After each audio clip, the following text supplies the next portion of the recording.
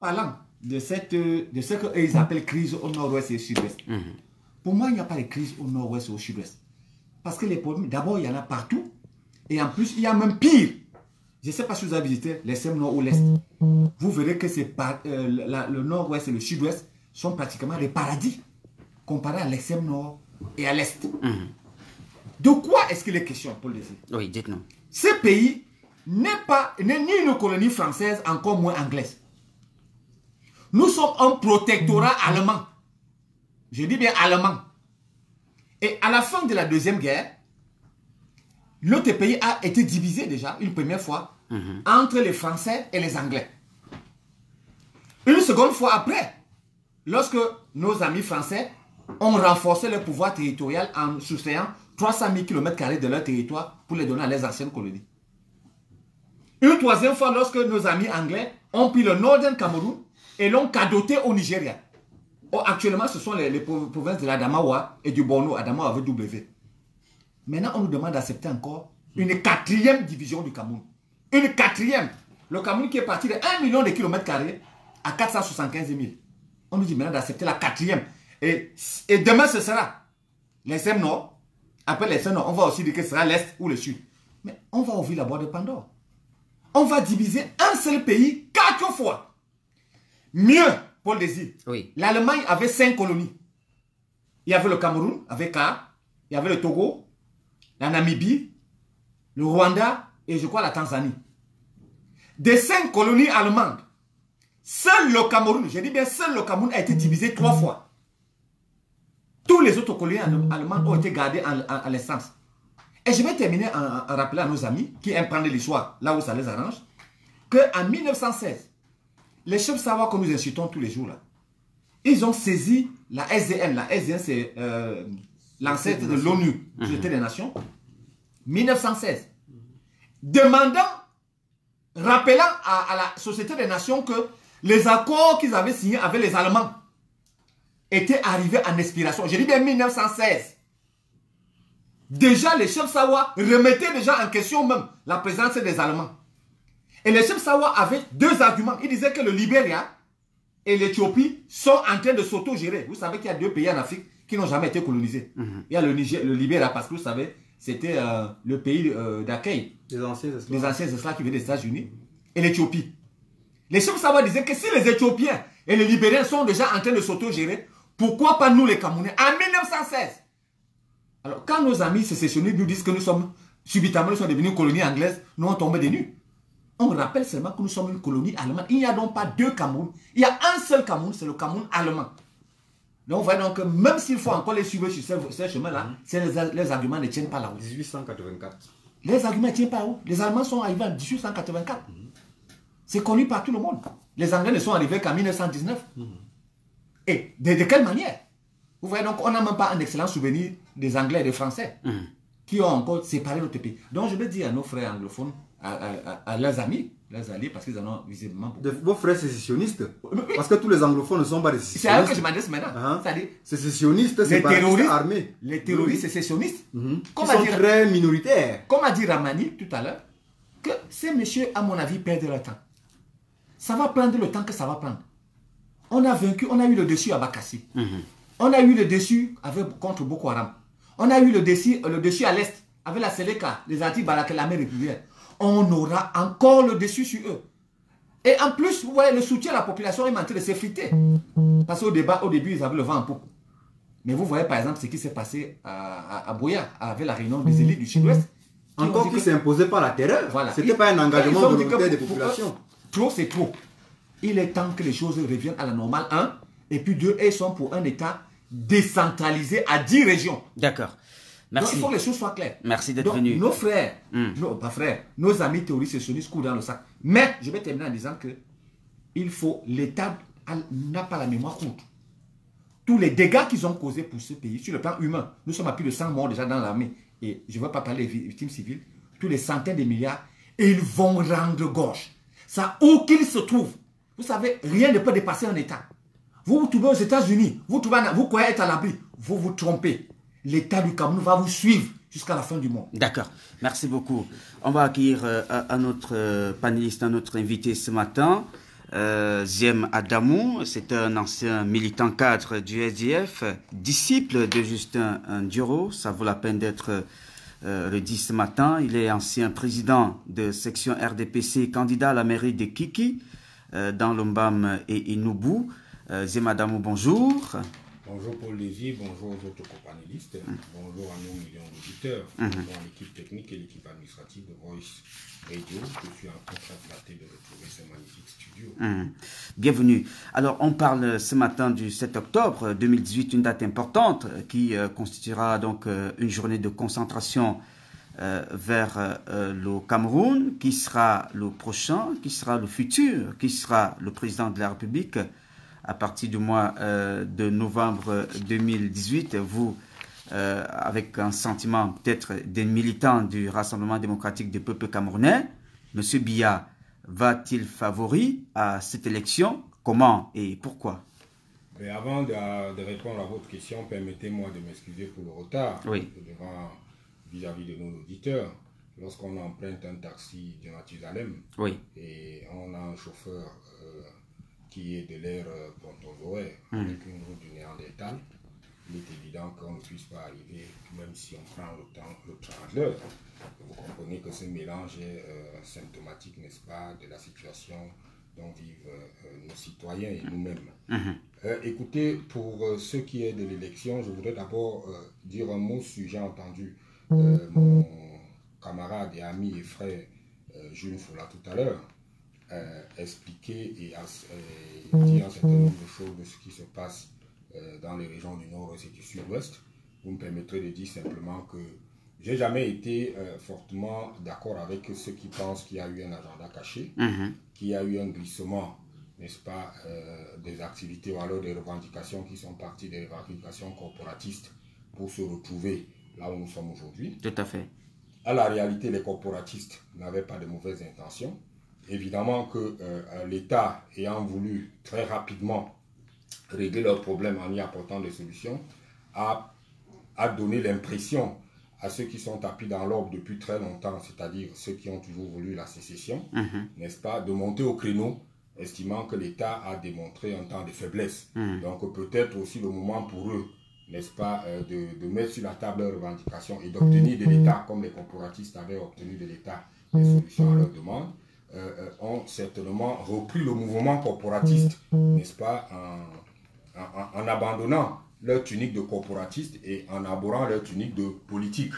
Et aujourd'hui, on est convaincu que lorsqu'on regarde la situation, elle est au-delà de la maîtrise même des politiques. C'est-à-dire que ce soit les corporatistes, que ce soit les politiques, la situation n'est plus contrôlée par eux. Aujourd'hui, on assiste à un véritable banditisme d'État. C'est-à-dire que les gens, ils racontent plein d'histoires. Il faut y avoir des gens qui vivent là-bas. Moi, j'ai une belle-sœur qui a reçu un courrier, n'est-ce pas, dans lequel on lui disait de ne pas envoyer son enfant à l'école si elle n'a pas payé une certaine somme. Et je lui ai dit, elle est anglophone, évidemment, je lui ai dit d'aller se plaindre à la police. Elle m'a dit qu'elle connaît ceux qui font ce genre de choses. Et que si elle se plaignait à la police, évidemment que ces gars devaient revenir la retrouver. Donc vous voyez que ce n'est plus une affaire politique.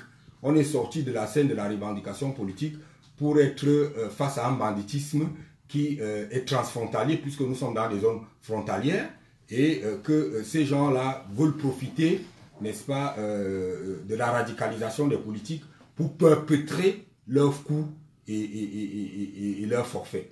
Les politiques ne sont plus dans cette affaire. C'est-à-dire que aller aujourd'hui et penser que ces crimes sont exacerbés, ces crimes sont exécutés ou mis en place par les politiques, je ne pense plus. Je pense qu'aujourd'hui, on est face à des véritables bandits qui rançonnent, qui pillent, qui tuent, parce que c'est des brigands. Et la circulation des armes là-bas tient du fait que nous sommes dans une zone transfrontalière dont l'État a le devoir et le droit de faire ce qu'il est en train de faire aujourd'hui. C'est-à-dire c'est des gens qu'il faut traiter comme eux-mêmes traitent les citoyens. Je ne pense pas que les politiques du Nord-Ouest puissent arriver au stade du niement, n'est-ce pas, ou du reniement de l'altérité au niveau duquel nous sommes arrivés. Ce n'est pas possible.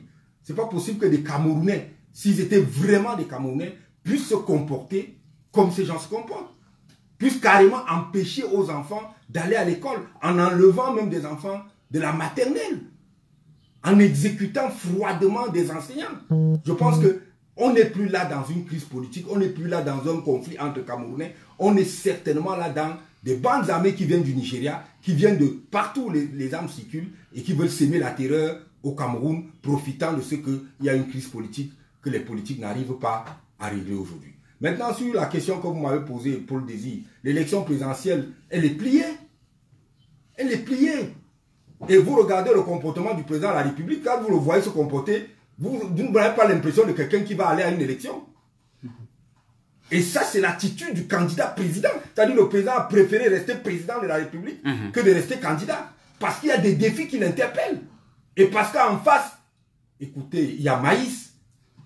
Tous ces gars-là sont dans la comment vous avez appelé ça, dans la sous-traitance. Oui. Tous ces gars, c'est de la sous-traitance. Il n'y a rien là-dedans.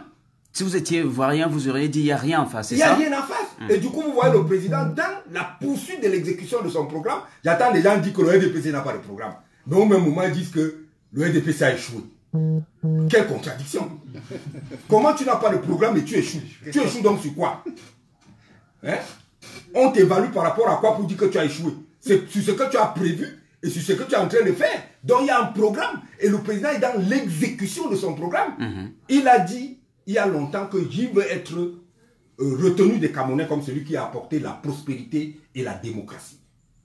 Et dans le champ de la prospérité, le président, à un mois des élections présidentielles, connaissant la confiance que le peuple camerounais lui a toujours dévoué, démontré, partant sur une élection avec au moins, au minimum, une base de 30% de l'électorat acquis, consolidé, parce que quelqu'un qui est au pouvoir pendant 36 ans ne peut pas aller à une élection présidentielle avec les autres qui cognent à la porte avec 0%.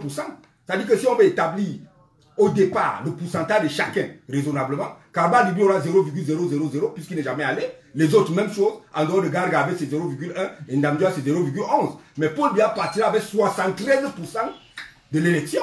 Puisqu'en 2011, il a gagné 73%. Quand on revient maintenant, en revenant même un peu plus bas, on va se rendre compte que sur les 6 millions d'électeurs, Paul Biya a 3 millions. Ça, c'est un acquis. Ce sont les militants du EDPC. C'est-à-dire nous là qui allons encore voter la même chose comme on a toujours voté. Pendant que les autres viennent coquer. Donc c'est une élection complètement pliée. Lorsque vous allez sur l'analyse des statistiques, vous avez l'extrême nord ou le grand nord qui est autour de 37%. Et bien, vous avez que toute cette grande partie du territoire n'a pas de candidat. Et tout ce qui compte là-bas comme ponte politique, comme stratège politique, comme faucon de la politique, appellent tous au vote et au plébiscite du président. Dans une élection à un tour. Ne comptons pas son centre et son sud et son est qu'on ne touche pas. Attends, vous voulez que les gens se mettent à gesticuler, à épiloguer, à réfléchir sur le 7 octobre comment? C'est plié. D'accord. C'est complètement plié. Maintenant, je veux sortir pour dire que il est important que les Camerounais comprennent, et surtout la jeunesse, que c'est bien d'être enthousiaste. C'est bien de suivre des jeunes qui d'ailleurs sont dans la logique du discours présidentiel. Je parle là notamment du jeune Cabral Libi, n'est-ce pas?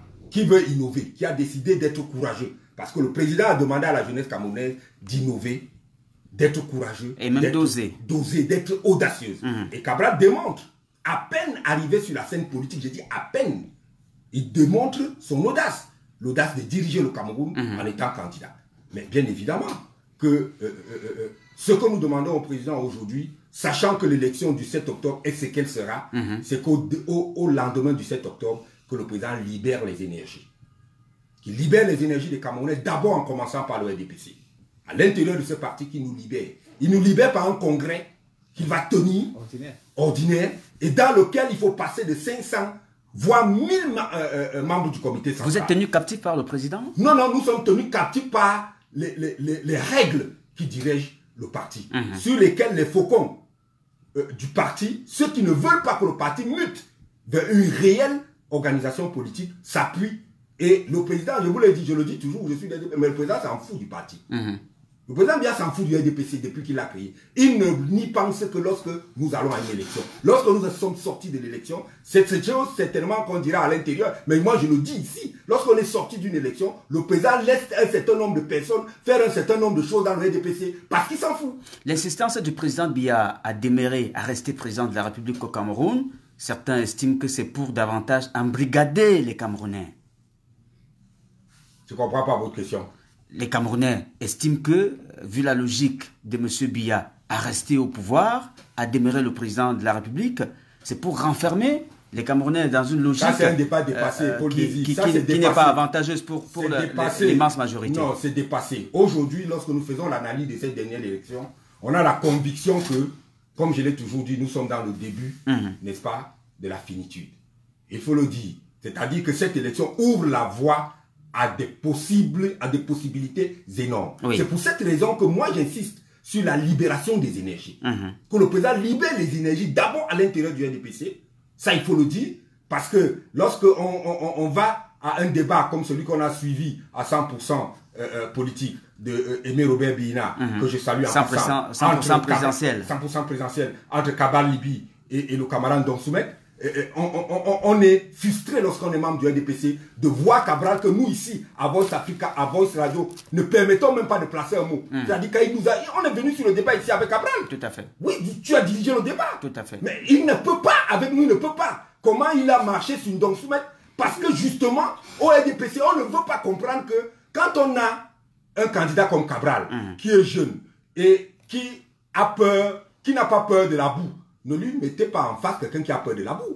Donc Soumet, c'est un ministre qui est dans l'obligation de réserve, il est dans une certaine posture de quelqu'un qui doit dire des choses politiquement correctes. Mais si vous envoyez Jules avec Cabral sur un plateau comme celui-là, non, il amène dans la boue et on s'emballe là-bas quand on pense que pour ceux qui peuvent défendre le président, ceux qui peuvent défendre mieux le parti, c'est ceux qui sont membres du comité central, c'est ceux qui sont ministres, c'est ceux qui sont conseillers au secrétariat général du parti. C'est pour ça que je pense que le président doit libérer les énergies. Parce que justement, il va falloir, à l'intérieur du parti, que beaucoup d'entre nous accèdent au comité central, n'est-ce pas? Que le secrétariat général soit rajeuni profondément, non seulement en termes d'âge, mais en termes de longévité au poste. Il y a des gens là qui sont depuis 5 ans, 10 ans, voire 20 ans, conseillers techniques. Non, c'est pas ça. D'accord. C'est pas ça. Merci beaucoup. Alors, je rappelle que cette tranche radiophonique est dédiée, ou du moins offerte pour les candidats à cette élection présidentielle ou leurs représentants, à venir dans ce studio débattre, discuter avec le peuple camerounais qui constituera l'électorat du 7 octobre 2018. L'un des responsables des partis que nous avons contactés devrait envoyer ici Thierry Biassi, qui lui-même a été contacté. Malheureusement, il est absent sur ce plateau et il n'a pas eu la politesse de nous dire qu'il ne sera pas là. Malheureusement, on tient compte justement de cette place vide qu'il a voulu créer dans cette émission. Ramanié, les candidats, quand on les observe, sont-ils prêts pour cette élection présidentielle? Il ne me revient pas de dire s'ils sont prêts. Ils nous ont dit qu'ils sont prêts. Je découvre simplement que certains découvrent le champ politique eux-mêmes seulement dans la présidentielle. Il y en a parmi qui n'ont même jamais été candidats à l'élection des conseillers municipaux. Bon, c'est vrai, on pourrait me rétorquer que non, chacun a sa vie, son destin. Il y a des gens qui peuvent sauter comme ça et se retrouver subitement aux États-Unis, même sans prendre l'avion ou le bateau. Dans tous les cas, je crois qu'ils sont prêts en ce qui concerne le processus, puisque les bulletins sont déjà en train d'être imprimés. Ça veut dire qu'ils sont prêts. Sinon, ils auraient démissionné, puisque la loi autorise qu'on démissionne. Vous savez que la loi même, dans le droit électoral camerounais d'ailleurs, beaucoup de gens peut-être l'ignorent, la loi autorise le remplacement des candidats à l'élection présidentielle. Ça veut dire que si un candidat, par exemple, se désiste, il peut demander à être remplacé. Et aussi, un candidat peut mourir. Par exemple, pour le décès d'un candidat, on peut simplement le remplacer 20 jours avant le début de la campagne électorale. C'est ce que dit la loi électorale que vous avez d'ailleurs devant vous. Et je dirais que ce qui m'étonne un peu dans ce champ politique, c'est que la trajectoire de certains candidats est une trajectoire un peu, je ne sais pas si je dirais un peu boiteuse, dans la mesure où vous vous rendez compte que sur les 7 candidats ou les 8 candidats de l'opposition, entre guillemets, parce que Maurice Kamta n'est pas quand même un opposant. Si vous avez mangé 7 ans sur la même table que le diable, vous avez toujours le sang du diable en vous. Le sang du diable ne finit jamais. Donc, Nabangui et autres, qui est lui bagagiste chargeur d'avion, c'est lui qui a fait d'ailleurs les avions, alors où on ne peut pas servir 2 maîtres à la fois. Donc, on dit donc que la trajectoire nous étonne un peu. Quand vous regardez les gens, vous vous rendez compte que parmi eux, il y a 2 catégories. Il y a ceux qui sont investis par des partis normaux et ceux qui sont investis par des partis racoleurs. Je dis bien les partis racoleurs. Vous savez ce que c'est qu'un racoleur? C'est-à-dire qu'il y a l'agence normale et il y a maintenant un racoleur en route qui vous ramasse et fait 6 heures de temps avec vous en route ou toute la journée avant d'arriver à Douala. Quels sont ces partis racoleurs? Le premier parti racoleur, c'est le parti Univers. Un parti racoleur, c'est quelqu'un qui ramasse des gens comme ça en route et fait de ces gens des candidats à l'élection présidentielle. Vous suivez mon regard, je mens? Alors, même si vous n'êtes pas militant de leur parti, le parti vous racole, vous ramasse en route, que vient. Il y a donc le parti Univers qui a racolé quelqu'un. Et il y a le parti MNN quoi là, qui a racolé aussi Akeremouna, Tabé. Vous voyez, Ayouk Tabé. Ayouk Tabé. Akeremouna, Tabé. Suivez mon regard. Alors, donc, il a donc été racolé par ce parti. Et vous savez, Akeremouna a, n'est-ce pas, une grandeur. On dit une grandeur étrangère et internationale. D'ailleurs, vous avez suivi lorsque la pré-campagne avait commencé, le tenant d'Akeremouna, Tabé, disait que il faudrait qu'on vote pour Tabé. Pourquoi? Simplement parce qu'il voyage beaucoup, il est toujours dans 2 avions, il est très connu à l'étranger, il a plein de groupes étrangers derrière lui. J'ai d'ailleurs rappelé au lieutenant que méfiez-vous. Le juge constitutionnel au Cameroun, qui est en même temps juge électoral, peut se saisir de cela. Dès que vous chantez dans les radios qu'il a beaucoup de gens à l'étranger, le juge peut prendre la loi électorale et le disqualifier pour intelligence avec l'étranger, condamné par la loi. Et ces derniers temps, je ne suis plus ces gens dire que Akeremouna voyage beaucoup à l'étranger. Mais attention, pour être président de la République au Cameroun, c'est un tabac qu'on vous attend. La grand-mère de Gorigue, on vous attend. De Nitoukou, c'est là qu'il faut voyager. Donc les avions sur Mars et sur Jupiter ne peuvent pas constituer des éléments fondamentaux pour faire élire quelqu'un. Sauf qu'on dira quand même que Tabé, Ayouk, n'est pas nécessairement Akere Tabé, dans la mesure où c'est Tabeng, c'est Tabé et Tabeng. Ayouk Tabé et Akere Tabeng. Vous êtes officier d'état civil. Alors, je reviens en disant que vous me demandez s'ils sont prêts. Je me rends donc compte qu'il y a un autre candidat qui nous promet mon et merveille. Je ne reviens pas sur le candidat pasteur, puisqu'il a dit qu'il est prophète. Donc c'est Dieu qui l'a envoyé. Mais je me demande bien dans ce pays, alors si c'est Dieu qui l'a envoyé, ça veut dire que le pape qui est argentin, les Argentins devraient vivre mieux, puisque le pape est argentin. Alors on sait que sur terre, c'est le pape qui est le vicaire du Christ, le représentant du Christ sur terre. Comment le pape qui est le vicaire du Christ peut être d'un pays pauvre? Le simple fait de devenir pape, hein, le pays de François devrait devenir riche. Donc, la manne tombée du ciel, nous l'attendons encore. Mais je ne pense pas que ce prophète viendrait vraiment nous apporter des choses. Encore que les apôtres qui font florès partout en route. Hein, même les juifs, aujourd'hui, ils ont eu le plus grand nombre de prophètes. Mais vous voyez comment les juifs ont souffert. Maintenant, ils sont en train de se relever. Alors, je reviens rapidement sur un certain Oshi Nabangui. C'est son nom, c'est pas son nom. Alors, M. Nabangui nous propose par exemple ceci. Je me demande s'il est vraiment prêt. Il nous dit, je vais prendre un élément de son programme. Il a dit 24 points, 24 rêves. Mais c'est surprenant. Quel genre de communication politique? On dit 24 solutions. Lui dit qu'il va vendre 24 rêves. Donc lui-même il sait que ce n'est qu'un rêve. Alors, sur les 24 rêves... C'est une façon de parler. Ah, il faut bien parler. Attention, le peuple ne s'amuse pas. On est en politique, on ne s'amuse pas avec les mots. On ne s'amuse pas. Lui-même dit qu'il vend 24 rêves. Nous attendons 24 solutions. Donc il sait déjà qu'il ne peut plus rien, puisqu'il n'y a que des rêves. Alors, ce monsieur Nabangui nous dit... Lui-même. Nabangui nous dit que, vous savez, moi je suis politologue conseil. Donc je ne suis pas là pour un parti politique. Je suis là pour dénoncer, décrypter, faire de l'épistémologie sur les champs politiques. Même quand on viendra sur Paul Biya, j'aurai des choses à dire, de bien ou de mal. Alors, il nous dit qu'il va relever le SMIC, qui est le salaire minimum interprofessionnel garanti, à 160 000 francs. Ça veut dire que en 5 ans, ça veut dire que chaque année, si vous avez de bonnes à la maison, votre cuisinière, vous devez lui augmenter 32 000 francs dans son salaire. Alors, la confusion qu'on sème encore avec ces lieutenants, c'est que on confond les salaires des fonctionnaires et les salaires du privé. C'est deux choses différentes. Lorsque vous êtes fonctionnaire, le chef de l'État par décret peut augmenter votre salaire. Ça, c'est un pouvoir régalé du chef de l'État. Mais en ce qui concerne le privé, c'est autre chose. Aucun État n'augmente les salaires des ménages. Parce que les ménages sont des acteurs économiques pertinents. Il n'y a pas seulement les entreprises. Alors, imaginez un peu mon voisin. Lui, il est blanchisseur. Vous suivez un peu? Oui, on vous écoute. Un autre est petit boutiquier au sous-quartier.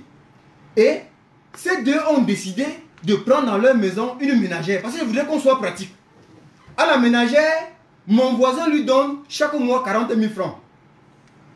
Nabangui dit que dès qu'il sera président, il va se battre et ordonner à mon voisin de donner à sa ménagère 160 000 francs à la fin de chaque mois. Il dit que c'est sur 5 ans. Est-ce qu'on augmente 32 000 francs facilement comme ça? C'est pour dire que, M. Nabangui, pourtant on me dit qu'il y a beaucoup d'intellectuels au SIF qui sont très entourés et il y a même des sabis tout là-bas. Alors, M. Nabangui, sachez dès aujourd'hui que vous qui êtes encore novice, vous n'avez jamais été candidat à l'élection présidentielle. Encore que moi, je ne suis jamais allé en avion. Vous êtes un bagagiste. Sachez qu'en économie, les ménages sont des acteurs, des agents économiques. Et que ce n'est pas l'État qui fixe les salaires dans les maisons. Vous ne pouvez pas venir dire à mon voisin forgeron de donner 160 000 à la ménagère alors que lui-même ne gagne rien.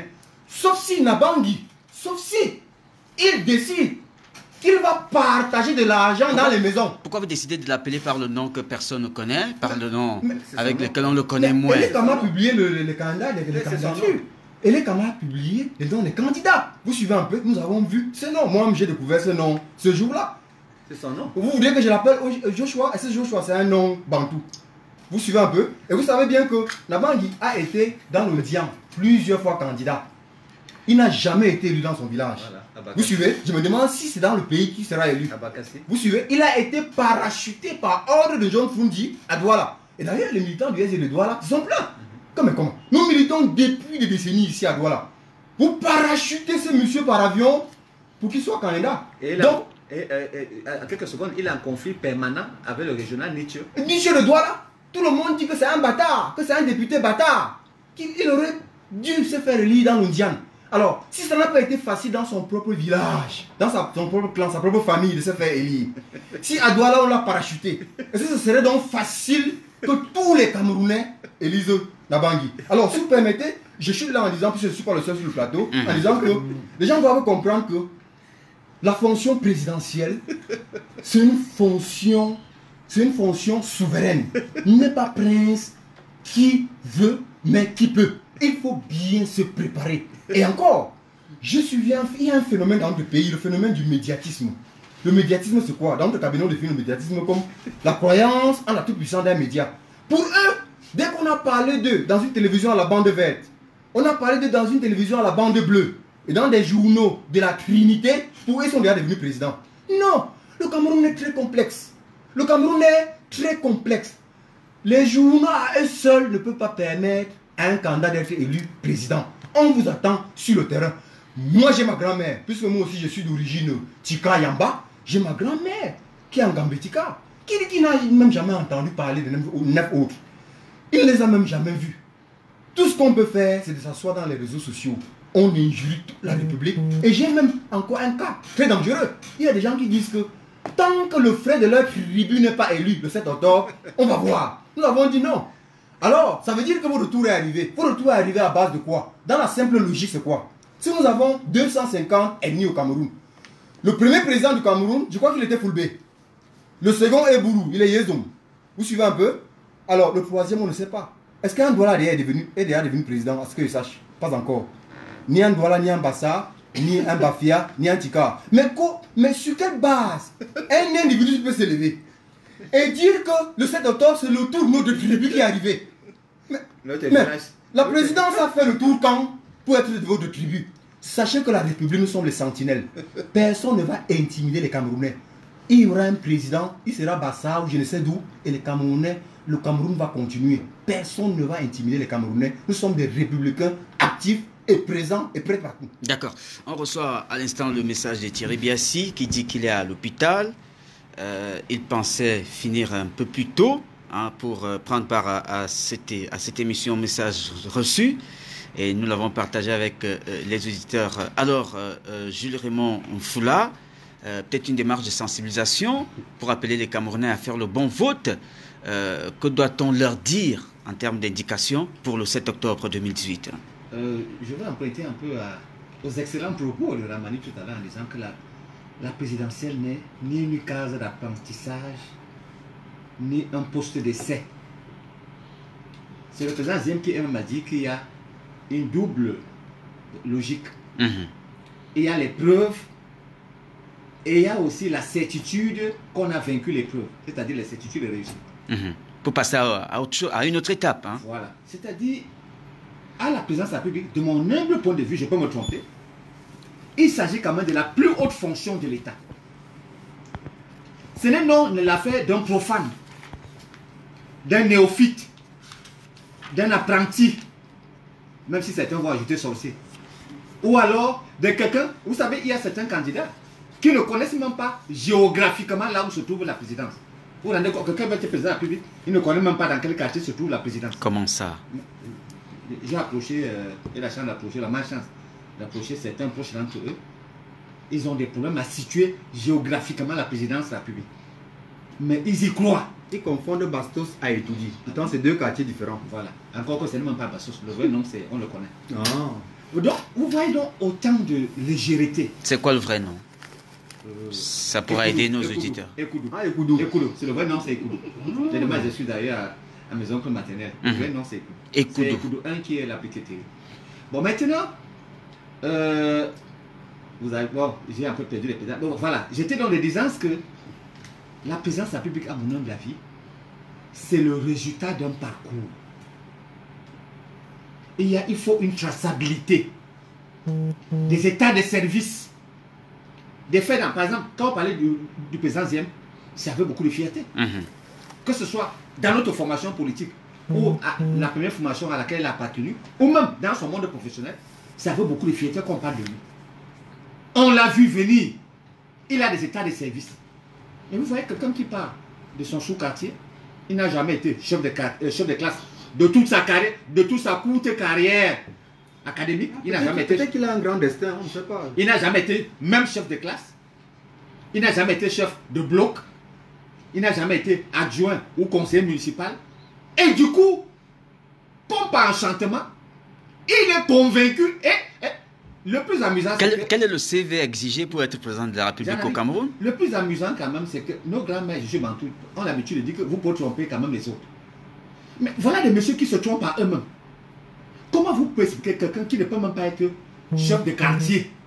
Parce que si vous allez dans les quartiers de ces candidats-là, objectivement, et même parfois dans leur famille, c'est-à-dire si on organise l'élection présidentielle à l'échelle du quartier, de leur quartier, et de leur propre famille, vous mettez Paul Biya contre eux, dans leur propre famille ou dans leur propre quartier, je doute fort. Je doute fort à quel niveau. Et ça donne une idée sur le degré de respectabilité que ces messieurs ont donné au poste de président de la République. Vous voyez, ils sont en train de banaliser cette fonction, qui est la plus haute de la République. Non. À un moment, il faut quand même être un peu sérieux. Il y a un moment pour jouer et un moment pour être sérieux. Donc moi je dirais au peuple camerounais que la plupart de ces candidats gagneraient d'abord, ont même à mon avis l'obligation d'abord de commencer par le commencement. D'accord. Dans le Diane, c'est-à-dire, il y a une réaction. C'est-à-dire les mairies, oui, les députations, le Sénat et peut-être après acquérir une expérience. Je vais vous raconter une histoire. Oui, permettez-nous, avant de raconter cette histoire, une réaction qui vous interpelle. Elle est de Michel Bienton, qui est journaliste. Il dit à Jules Raymond Foula, avant l'arrivée des Allemands, les Anglais étaient déjà présents au Cameroun via les missionnaires tels qu'Alfred Sacker. La ville de Limbé, permettez qu'on aille jusqu'au bout. La ville de Limbé a été créée par la reine d'Angleterre, Victoria, et aucun chef Sawa n'a revendiqué quoi que ce soit à la SDN en 1916, car C'est en 1919 que la SDN est créée, après la signature du traité de Versailles. Et le traité Germano-Douala n'a fixé aucun délai pour l'indépendance du Cameroun. Non, il y a deux erreurs. Tout ce qu'il dit n'est pas vrai. Non, il y a deux C'est un erreurs. journaliste politicien, Non, on sait tout ça. non, c'est son point de vue que je respecte. Soit on est il y a deux analyste erreurs. politique, soit on est journaliste. Vous savez, C'est pour ça qu'on qu'est-ce se qu'il y a cache derrière. Vous savez qu'il y a deux collaborateurs, trois collaborateurs allemands qui ont été exécutés par ceci. Il y a Martin Paul Samba, il y a Rudolf Douala Mangabel, et un troisième, je crois que c'est le sultan Joya. Gossodine et Voilà, autres, Gossodine, c'est justement vrai. parce qu'ils remettaient déjà en cause. En cause, c'est Ils là. remettaient en cause La présence allemande. Voilà, la présence allemande. Oui, qu'il a réécrit son histoire. Martin Paul Samba, Rudolf Douala, Gossodine et autres. Bien sûr. Le chef Madola. Madola et autres, voilà, bien sûr. Vous voyez donc, il y avait des résistances Depuis contre l'école les Allemands. primaire, on a appris ça. Maintenant, pour faire plus sérieux, j'ai mes connaissances. Mhm. Je ne vais pas être long pour le président Dien parle aussi. Pour illustrer encore les méconnaissances même des affaires de l'État. Oui. Il nous disait que le président de la République a 5 milliards de carburant. 5 milliards, c'est le chiffre qu'il a annoncé. J'ai donc eu le regret de lui révéler comment fonctionne la présidence de la République. Quand vous entendez présidence de la République, il ne s'agit pas du bureau du président. À la présidence, il y a le secrétariat général de la présidence, il y a la direction du cabinet civil, il y a l'état-major particulier, il y a la direction de la sécurité présidentielle, il y a la garde présidentielle, il y a le BIR, et il y a même encore d'autres services, l'état-major particulier. Donc c'est cet ensemble donc, qui forme la présidence de la République. Vous voyez, ce monsieur n'arrive même pas à faire la différence entre le cabinet du président de la République et la présidence de la République. Voilà quelqu'un qui veut devenir chef de l'État. Ouais. Il ignore même les prérequis. Pire, il y a même un autre à qui on a demandé qu'est-ce qu'on appelle PIB. Quelqu'un qui va être président de la République. Qu'est-ce qu'on appelle produit intérieur brut. Il a été incapable de définir. C'est pas le prix international basique, Vous voyez, PIB. alors, voilà donc des messieurs qui ont des ambitions présidentielles pour le désir. Non. Notre pays ne peut pas se permettre, lui, c'est d'avoir un aventurier. Le Et même je- inexpert. Voilà. Des profanes. Et je termine en disant que maintenant, j'interroge même le degré de nationalisme. Moi, je vais au-delà de Ramani. Mhm. Supposons, il est même normal que les hommes aient des ambitions, même si elles sont démesurées, Oui. même s'ils sont des rêves. Mais moi, maintenant, je vais interroger le degré leur degré de nationalisme. D'accord, merci Parce que- beaucoup. Attendez, quelques secondes. Parce Oui. que quand vous voyez les autres oppositions, les vrais, quand vous allez au Gabon, quand vous allez au Congo, quand vous allez en Afrique du Sud, l'opposition, encore qu'il y a un élément, c'est une élection à un tour. L'opposition coalise à 2 ans des élections. On établit un programme commun, on fait des meetings communs, on a des candidatures uniques pour des îles. Vous voyez Candidature donc? commune. Commune Voilà. même. Oui, commune ou bien unique. En ce qui Non, non. concerne- Parce que commune c'est autre chose, unique c'est autre chose. Non, non, Parce que unique est impossible. non, je parle La commune- des autres oppositions. Ah, ok. C'est-à-dire qu'on présente quelqu'un, on s'allie. Mhm. Et quand vous voyez ces messieurs, et quand vous entendez les témoignages qu'ils ont les uns des autres, et quand vous voyez l'impossibilité qu'ils ont pour une élection à un tour, face à un chef d'État qui vient de faire plusieurs années au pouvoir, de s'entendre, ça signifie que ces messieurs placent leur intérêt personnel avant l'intérêt de la nation. D'accord. Alors, comment quelqu'un pareil, Mhm. qui place d'abord les intérêts de sa famille, de sa belle famille et de ses amis, avant les intérêts du Cameroun, peut-il devenir président de la République? D'accord. On laissera la possibilité aux auditeurs de réagir à cette émission au 690 41 42 42, 690 41 42 42. On va prendre cet autre message qui nous a été envoyé par Michel Biemton avant de redonner la parole au président Ziem Adamou. Alors, le message dit lorsque 2 États se réunifient, il faut un traité de l'Union. Il n'y a jamais eu 2 États. Ouais, Voilà. c'est Pour lui la qui est répétition, c'est là où il uni. va. Ouais, c'est lui qui unit les 2 Camerouns. Il n'y a pas de velléité de séparatisme ou alors de sécession au Cameroun, mais la volonté du peuple du Southern Cameroun de recouvrer son Ça, c'est indépendance un qui a été volée par la République lui répondre tout à l'heure. du Cameroun, seule reconnue aux Nations Unies. Oh dommage, je pense que le message nous l'avons perdu parce qu'il y a quelqu'un qui nous appelle. Permettez qu'on finisse le message. Celle reconnue aux Nations Unies depuis le 20 septembre 1960 en lieu et place d'une réunification. Le Southern Cameroun a donc été annexé par la République, contrainte de vivre. Dommage, hein. Je pense C'est que mieux d'être porte-parole d'Ayub Tabé, hein. cet appel nous a encore interrompu. Alors la Charte des Nations Unies, pour finir, en son article 76 bis donne le droit aux anglophones du Southern Cameroun, ex-territoire sous tutelle des Nations Unies, Quel de article? revendiquer l'indépendance de leur territoire. Quel Que article? le juriste sur le plateau arrête de dire n'importe quoi. Et ceux qui ont... voilà, c'est le En quelques message secondes, je prends deux exemples. Michel Biemton nous a envoyé, qui est web journaliste et qui nous écoute. Je prends deux exemples pour décider. Oui. D'abord, l'exemple de l'Allemagne. Vous savez que l'Allemagne était un seul pays. Oui. Après la Deuxième Guerre mondiale, artificiellement, on a divisé l'Allemagne en deux. L'Allemagne de l'Ouest et l'Allemagne de l'Est. Et aujourd'hui, vous voyez, RFA, RDA. la RFA et la RDA, ils sont redevenus un seul État. Deuxième exemple, le Yémen. Artificiellement encore, on a divisé le Yémen du Nord et le Yémen du Sud. Aujourd'hui, ils sont redevenus encore un seul Yémen. Les deux Corées se préparent pour se Les réunifier. deux Corées sont en train de se préparer pour devenir un tel État. Non, écoutez, le Cameroun allemand le Cameroun est un protectorat allemand. Il y avait un seul Cameroun. C'est artificiellement qu'on a divisé ce Cameroun entre les anglophones, et entre la Grande-Bretagne et la France. D'accord. L'élément de base, c'est le Cameroun allemand. D'accord. Merci beaucoup. Hein. Alors, Président Ziem, c'est vrai que vous dites l'élection présidentielle du 7 octobre 2018, vous la dites pliée en faveur du chef de l'État parce que en face, il y a maïs ou alors il n'y a rien en face. Certains analystes semblent démontrer que le bilan de M. Biya n'a aucun argument qui pourrait encore convaincre les Camerounais, puisque c'est un bilan lugubre, c'est un bilan dont la noirceur ne laisse aucune possibilité. Réponse à ceux qui ont cette opinion, ou à ceux qui la supportent et la portent. Paul Yézi, je ne peux pas m'empestrer ou m'embêter, n'est-ce pas, de répondre à ce genre d'élucubration. C'est-à-dire que ce qu'ils disent ne justifie en rien ce que je dis. Je ne vais pas avoir le triomphe modeste. Vous comprenez? Je ne suis pas comme les autres qui veulent avoir le triomphe modeste. Il faut dire aux Camerounais la vérité. Et je l'ai dit, je peux me tromper, mais j'ai très peur de ne pas pouvoir me tromper au regard des éléments probants que nous avons tous en main. Je vous ai dit tantôt que tous ces opposants, ou la plupart, sont des sous-traitants. Monsieur Kamto est un sous-traitant, je n'ai pas envie d'entrer dans les détails. Cabral Libi est un sous-traitant, je n'ai pas envie d'entrer dans les détails. Et vous verrez à la fin de cette élection ce qui leur sera réservé et quelle sera leur nouvelle posture pour comprendre que ce que je disais bien avant et avait des fondements suffisamment éloquents.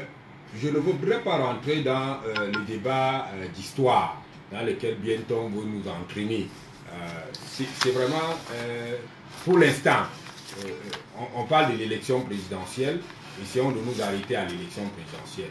Ce débat-là, nous y reviendrons après le 8 octobre, comme nous y étions avant cette campagne, cette période-ci. C'est un débat qui va durer et qui continuera à durer. Mais c'est clair que quel que soit l'angle d'analyse que vous prenez, et lorsque vous voyez le comportement du candidat président, vous vous rendez effectivement compte que le candidat président lui-même, ayant fait l'analyse, s'est rendu compte qu'il va gagner l'élection du 7 octobre. Et du coup, il a refusé la posture du candidat pour davantage embrasser la posture du président, n'est-ce pas, de la République. Et de continuer, évidemment, l'exécution ou la mise en œuvre de son programme à travers, parce qu'un programme, c'est un ensemble de projets. Tout à fait. À travers tous les projets sur le plan sectoriel qu'ils ont mis en route. Maintenant, on peut discuter, n'est-ce pas, de la réussite ou du niveau de réussite de ces projets. Là, je suis tout à fait d'accord, le débat est ouvert, et il est d'ailleurs prolixe. Mais également, on ne peut pas se refuser de dire qu'il y a eu quelques prouesses, qu'il y a eu quelques avancées, qu'il y a eu quelques réussites, mais qu'il y a certainement eu des ratés, peut-être d'ailleurs beaucoup plus que des avancées. Encore, on peut même se demander, est-ce que le Cameroun n'aurait pas mieux fait? Est-ce que le régime du président Biya n'aurait pas mieux fait? Et on dira oui, certainement. Mais, vous savez, oui, certainement, parce que, évidemment, on ne subit pas les contraintes. On n'est pas là. Oui, permettez qu'on prenne cet appel qui nous vient de très loin, si vous permettez, hein, Président Ziem. C'est un auditeur ou alors une auditrice qui nous appelle de la France. Bonjour. De Paris. Régine Douillet, bonjour.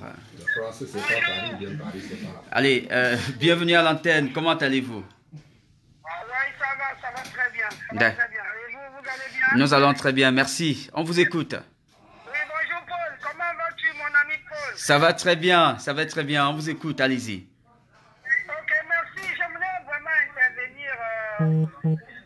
Oui, je voulais intervenir si, bon, je n'ai pas de chance que le président, bon, on n'en est pas là aujourd'hui. Je voulais vraiment intervenir quand il sera là, mais je pense que vous allez me faire signe quand il sera là la prochaine fois. D'accord. Bon, qu'à cela ne tienne, je suis tout à fait d'accord avec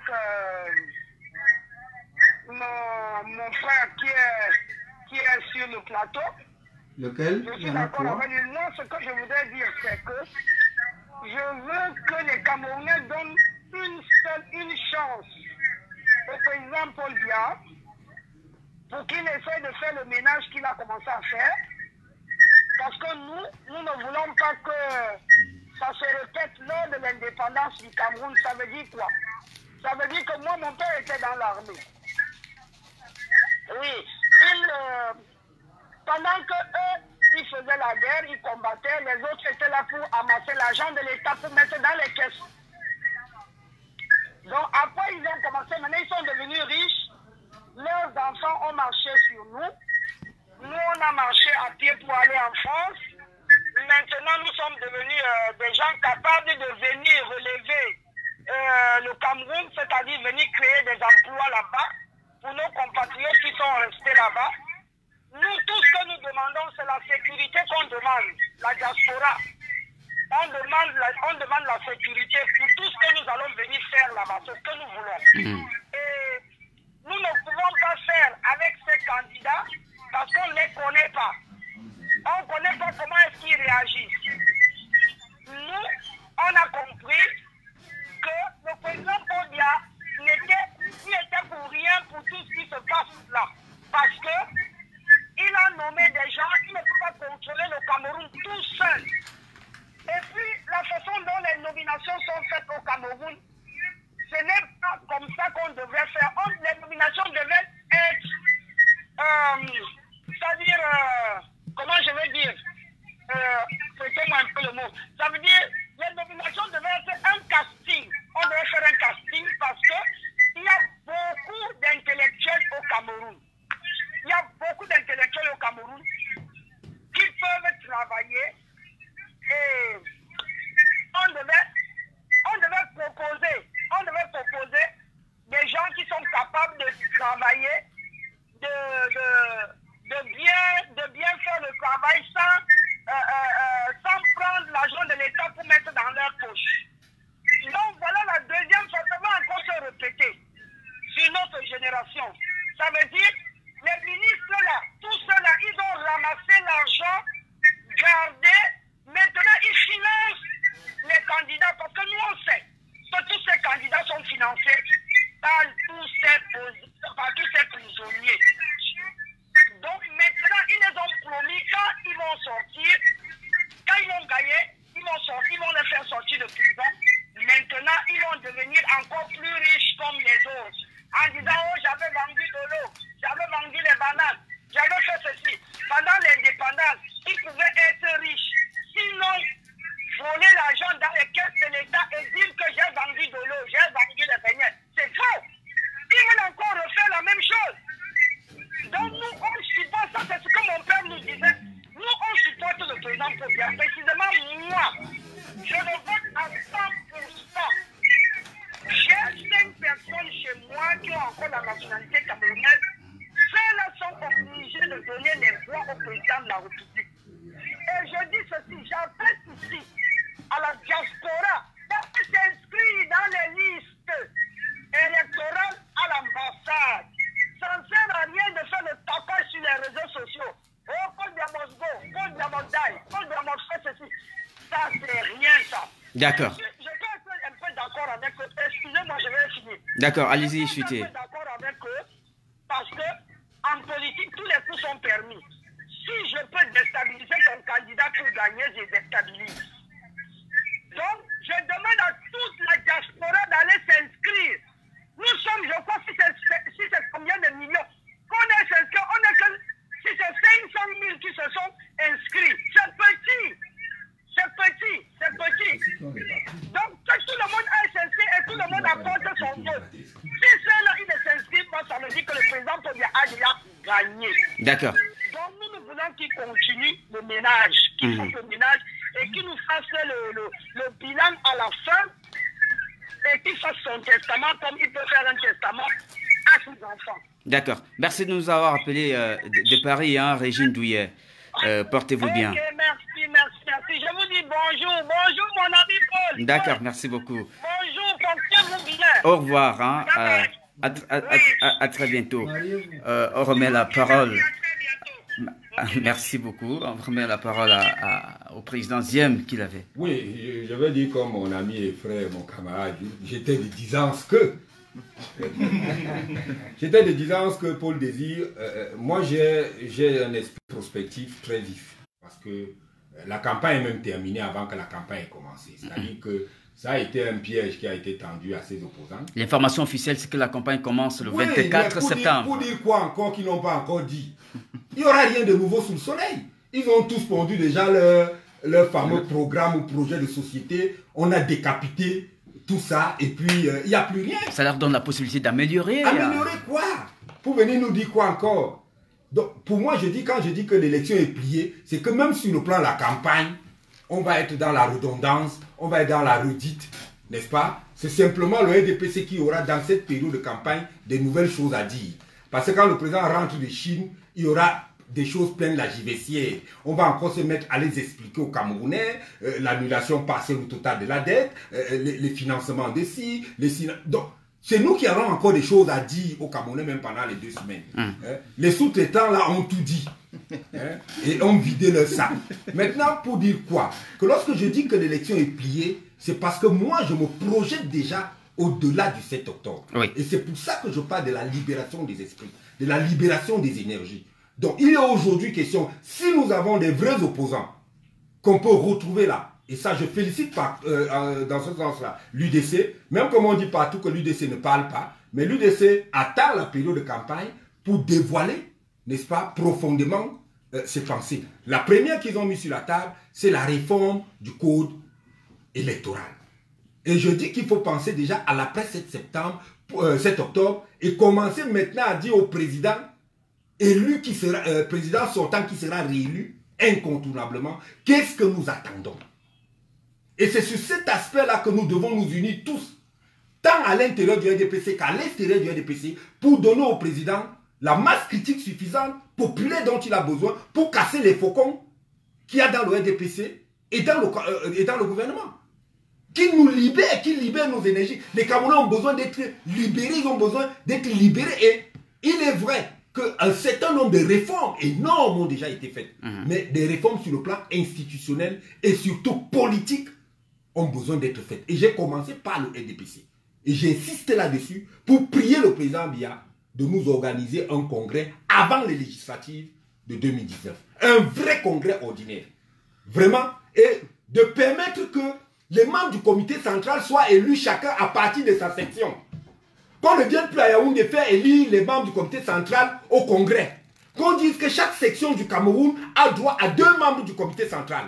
Et une conférence extraordinaire de section est faite. Et tous les candidats qui veulent aller au comité central vont devant les militants. Les militants élisent les 2 noms qu'ils envoient au président national pour que le congrès entérine.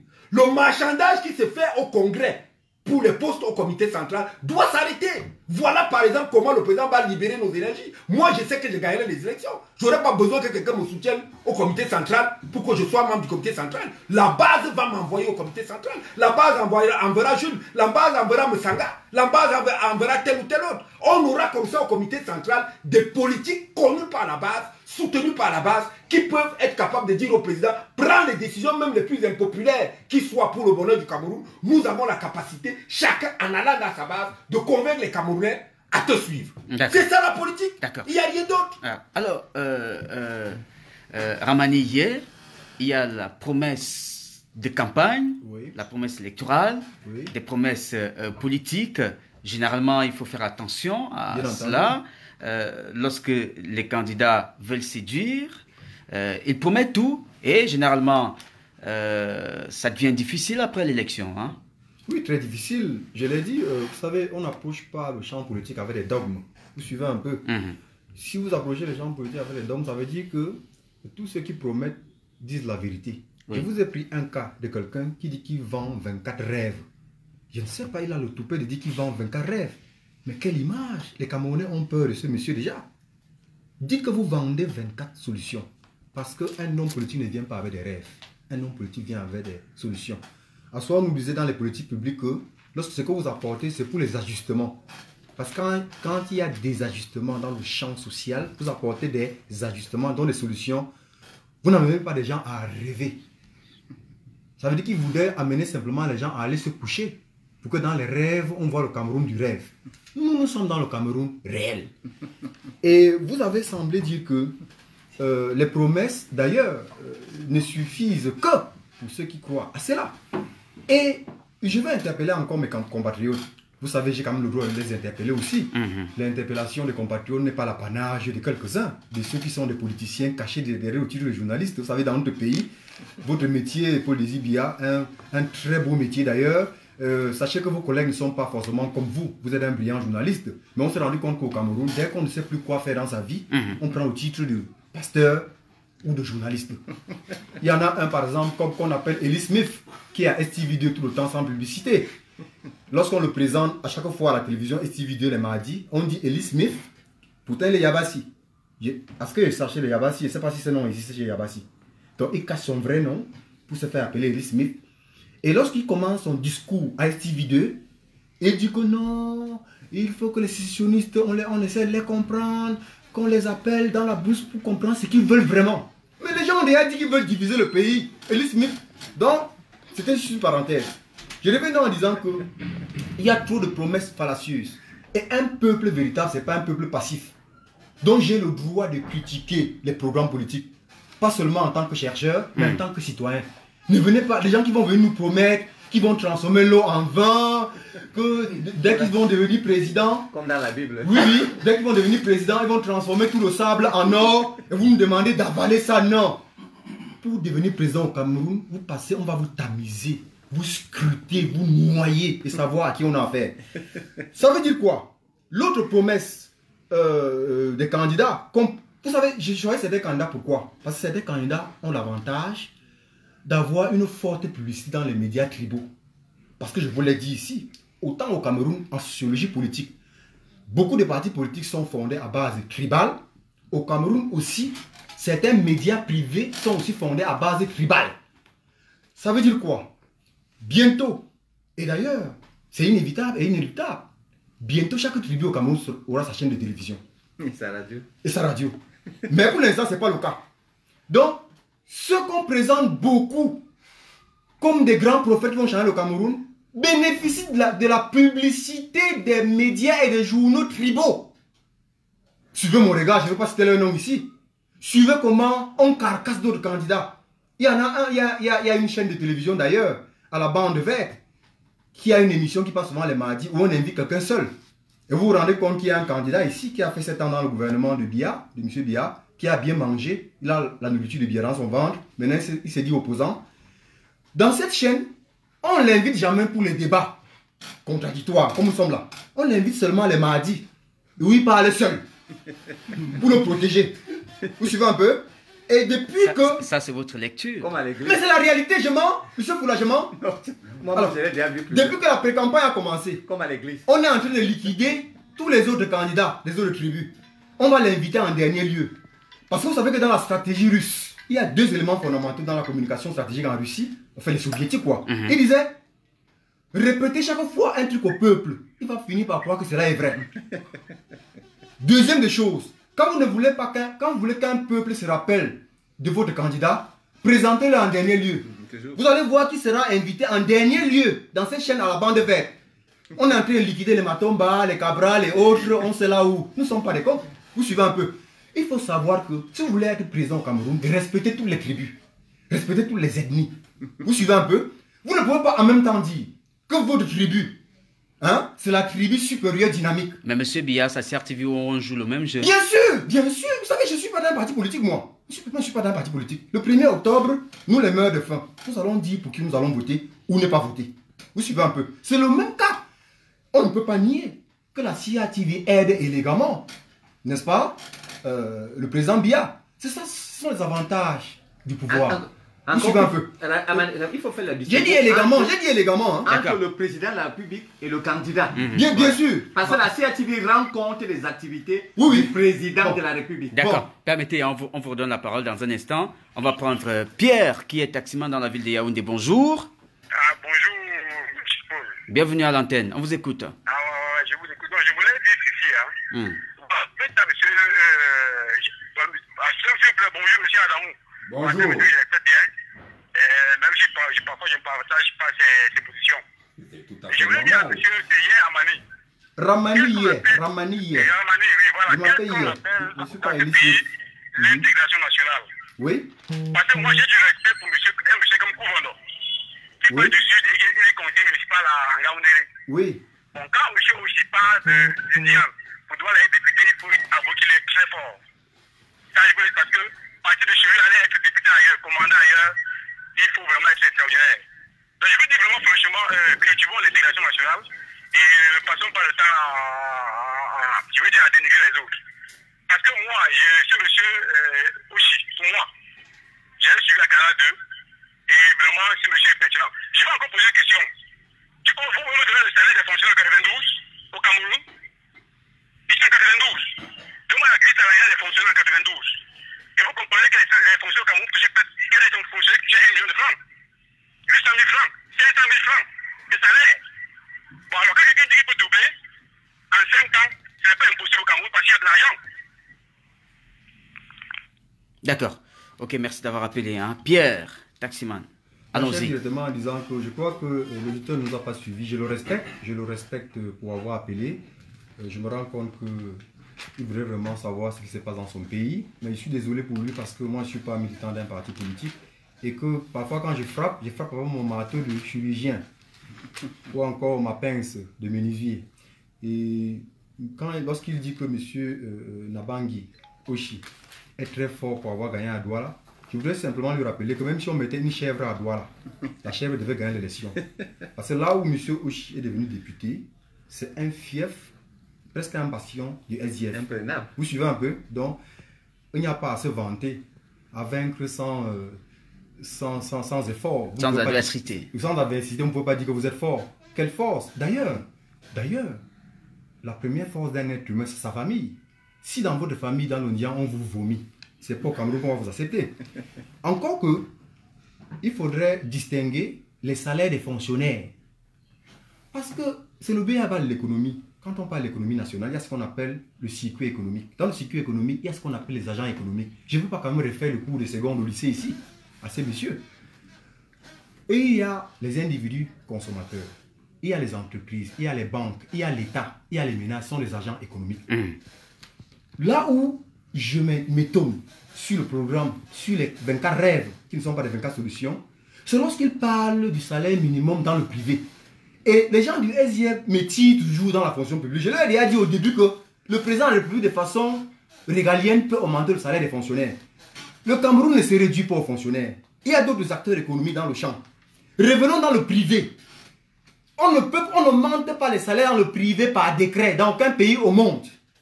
Maintenant, dans les ménages, vous ne pouvez pas demander à quelqu'un d'augmenter le salaire, n'est-ce pas, de la babysitter, de la ménagère à 160 000 francs quand il n'a pas cet argent. Vous suivez? Vous suivez? Celui de son gardien. De son gardien ou de son vigile ou de son laveur. Voilà. Vous suivez un peu? Il y a des gens, par exemple ici à Yaoundé, ou dans toutes les villes du Cameroun, il y a des menuisiers, il y a des charpentiers qui engagent des ménagères pour leurs enfants. Mais monsieur la banque, il leur dit, à partir d'aujourd'hui, donnez à cette fille qui touchait 60 000 avant, 160 000. Il va prendre ça où? Vous suivez? C'est impossible. C'est impossible. Il faut le dire, il faut dénoncer ça. D'accord. Alors, Président Ziem, ils sont nombreux des Camerounais qui aspirent au changement, qui souhaitent le changement. Ce changement, s'il n'est pas possible avec les autres 8 candidats, vous insistez pour qu'il le soit avec le président Biya, qu'il remporte d'abord l'élection présidentielle. C'est un acquis. Et après, qu'il change d'attitude, qu'il change le fonctionnement, qu'il change les possibilités de gouvernance. Comment cela sera perçu par tous les Camerounais? Ce changement va être vécu comment par tous les Camerounais qui, au départ, n'ont pas toujours été d'accord avec le président Biya. Paul Désir, tu vois que j'ai choisi exprès mon angle dans cette émission. Et vous avez certainement su distribuer aux autres les leurs.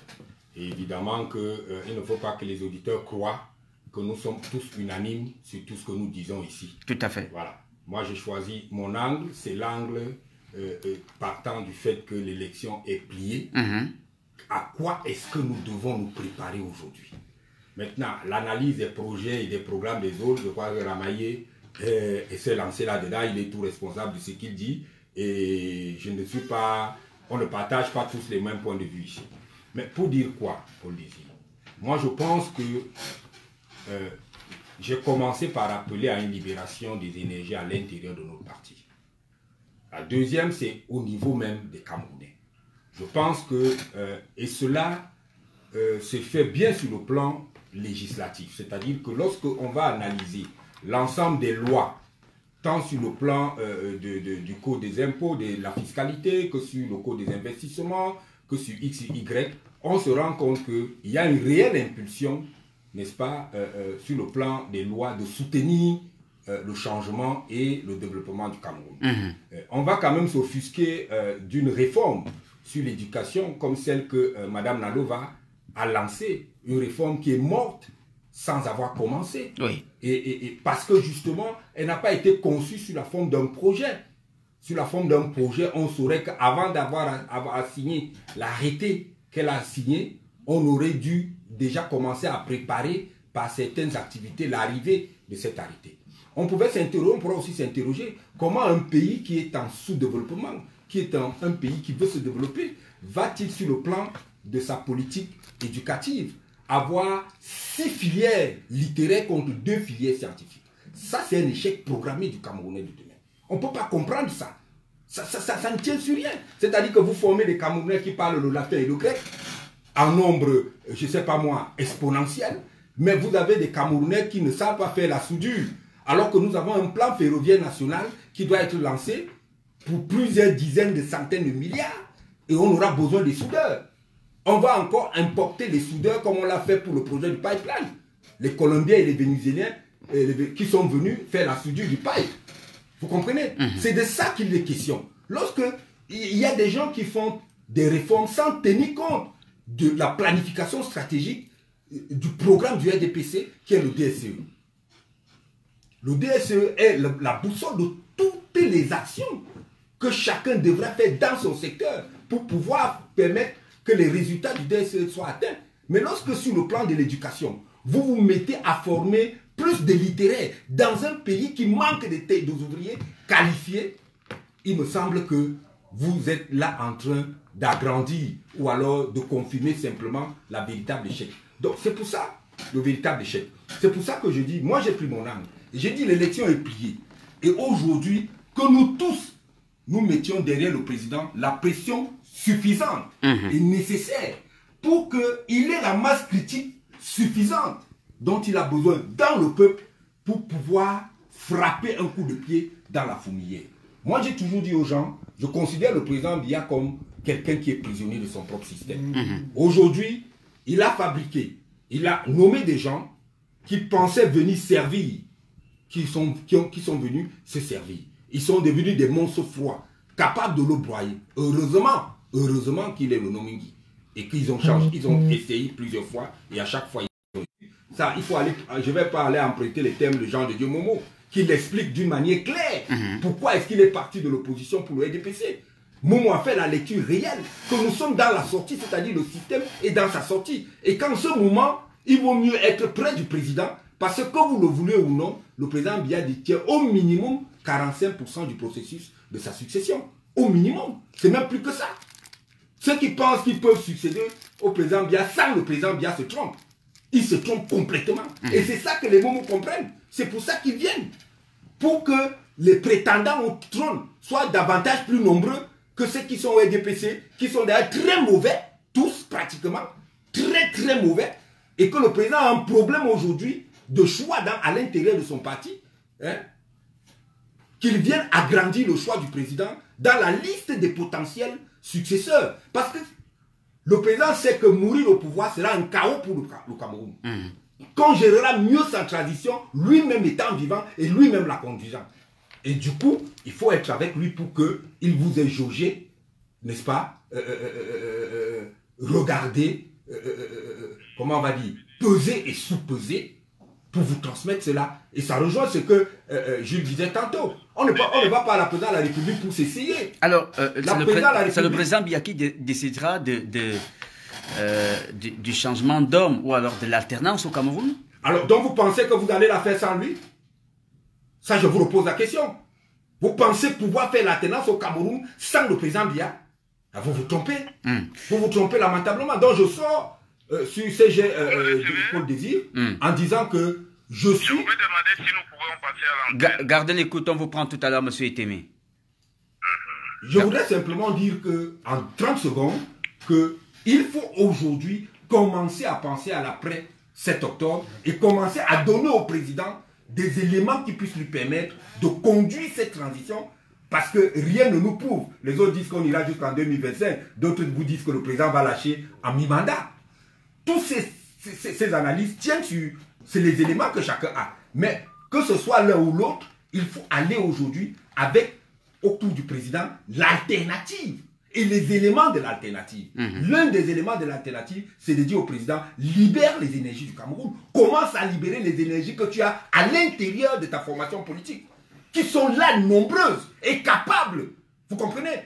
Et que ces gens-là dont la plupart n'ont prouvé que leurs limites, devraient être remerciés.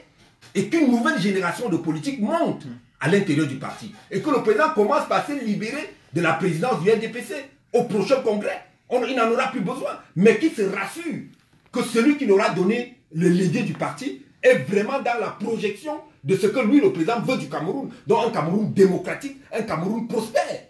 Vous comprenez? C'est de ça qu'il s'agit. D'accord. On prend par un dernier exemple. Quand c'est de prendre les élections législatives de 2019, mon souhait c'est que, comme tous les autres, comme l'UDC, comme beaucoup d'autres personnes et d'autres partis politiques, qu'on revienne à la formule d'avant les indépendances. C'est-à-dire l'élection uninominale des députés. C'est clair. Au lieu de faire le portage qu'on fait aujourd'hui dans l'élection de liste, que chaque député aille mouiller son maillot pour être député.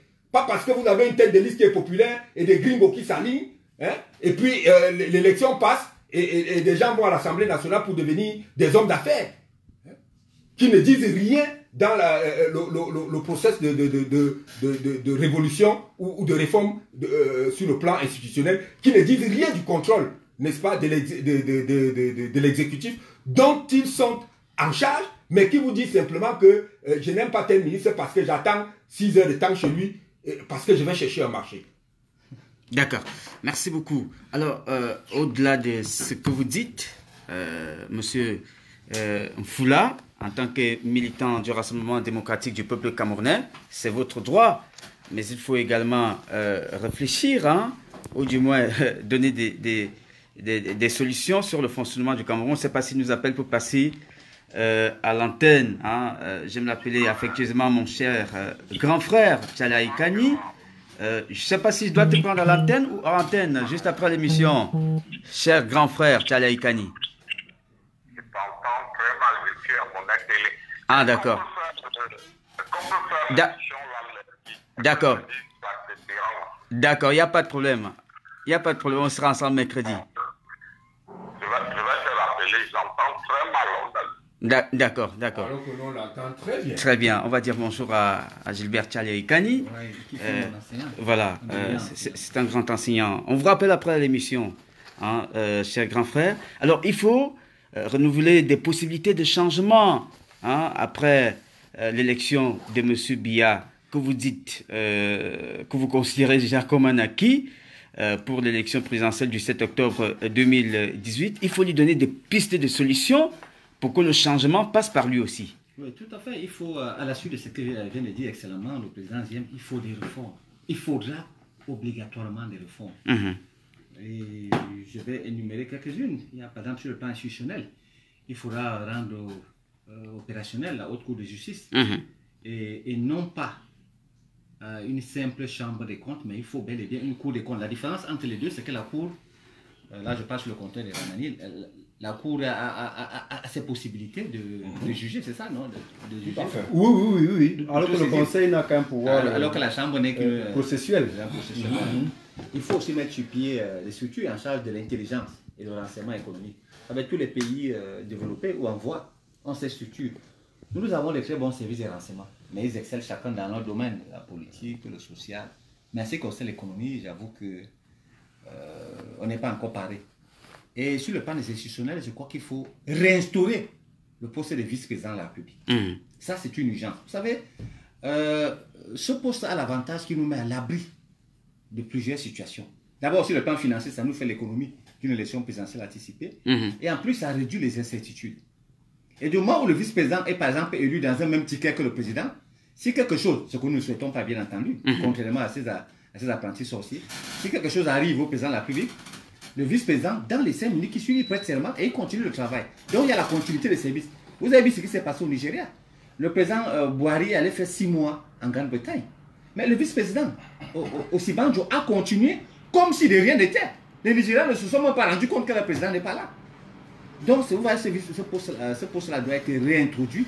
Et si on peut encore jouer sur les particularités, comme au Canada, vous savez, au Canada, il y a le Québec, et le Canada anglais, le Cameroun français, le Canada français, ou au Nigeria, où il y a ces rotations entre le sud chrétien et le nord musulman, je crois que c'est un plus. Il faudra faire aussi dans la décentralisation accélérée, la régionalisation. Mais sur le plan politique, il faudra, à mon avis, améliorer le code électoral. Des élections à 2 tours, ramener la majorité électorale à 18 ans, et il faut des mandats de 5 ans. Je crois que ça va nous permettre de nous arrimer un peu plus que présentement. Mais sur le plan économique aussi, il faut régler le problème du franc CFA. Ça, en tant que chercheur, j'ai travaillé sur cette monnaie. Je crains que le Cameroun ne se développera jamais avec le franc CFA. Jamais. Je ne dis pas que c'est impossible. Mais à mon humble avis, tant que nous serons sur la dépendance de ce franc, nous serons un coup dans le sac. Donc il faut régler le problème de la monnaie. Est-ce que ça sera une monnaie nationale, sous-régionale ou même continentale? Mais l'urgence est là, régler le problème du franc CFA. Et puis il faut aussi planifier. Il y a une époque où on avait les plans quinquennaux, bon, on n'en parle plus beaucoup. Et financer l'économie. Les PME, les PMI, la donne locale, les projets locaux, les jeunes. Et faire des réformes. C'est le conseil éducatif, vous avez suivi le président Ziem tout à l'heure qui était pertinent. Il faut des amélioratifs. La santé, vous savez, un pays c'est une triptyque. C'est l'éducation, la santé et la recherche. Tant que vous ne priorisez pas ces 3 secteurs, je crains que vous ayez droit au mur. Donc, est-ce que le système éducatif est priorisé? Est-ce que le système de la santé est priorisé? Est-ce que la recherche, qui doit être rattachée à la présidence de la République? Parce que qu'est-ce que vous pouvez faire sans la recherche? C'est la recherche qui est à la base de tout. Mais quelle importance accorde-t-on à la recherche? Vous voyez le budget du ministère de la Recherche, comme dans tous les pays, c'est un minimum de 10%. Dans tous les pays du monde. Ici, chez nous, c'est à peine 1%. Et même pire, même encore. D'accord. Qu'est-ce qu'on fait des financements de cette recherche? Ok. Vous voyez, des universités de recherche, dans le Nigeria, il y a 22 universités de la recherche. Au Tchad, notre pays voisin, il y a 8 universités de la recherche. Comme au Congo, au Gabon, des universités qui sont... Et ces universités de la recherche sont adaptées. On peut par exemple dire qu'à l'Est, c'est adapté à la situation locale. Au Grand Nord, c'est adapté des universités de recherche à la zone sahélienne, ainsi de suite. Et aussi, la culture et le tourisme. Vous voyez, des grands pays comme les États-Unis ou le Nigeria se vendent grâce à la culture et le tourisme. Tout à fait. Comment vous pouvez expliquer qu'un pays comme le Sénégal, qui n'a que le sable, reçoit plus de touristes, ou le Tunisie, ou le Kenya, reçoit plus de touristes que le Cameroun, qui est l'Afrique en miniature? Ouais. Le Kenya a pratiquement plus de 2-3 millions de touristes.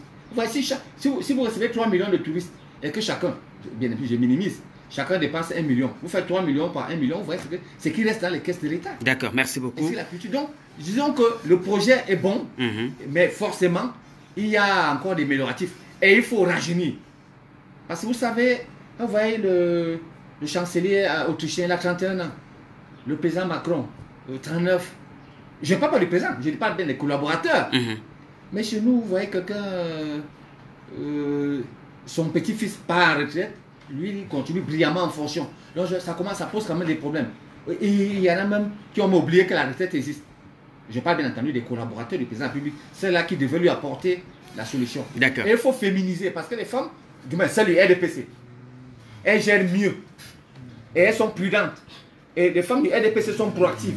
Donc pour ma part, et vous voyez par exemple, lors du dernier remaniement, le président de la République n'a fait partie aucune femme. Je ne dis pas qu'elles sont des anges et des saintes, mais quand même, ça montre quand même à la tête de leur département ministériel, ces femmes, les femmes du RDPC, démontrent qu'elles n'ont pas de leçons à recevoir. Elles sont dites de confiance. Et puis elles volent moins. Quand elles volent, elles volent moins quand elles volent, moins que les souris, les hommes. Collègues masculins qui volent même avec des provisions. Maintenant, il dit, on nous a raconté l'histoire. Ça, c'est pour faire sourire les auditeurs. Il y a un ministre qui disait dans un pays africain, l'Afrique centrale, que je vole pour mon petit-fils.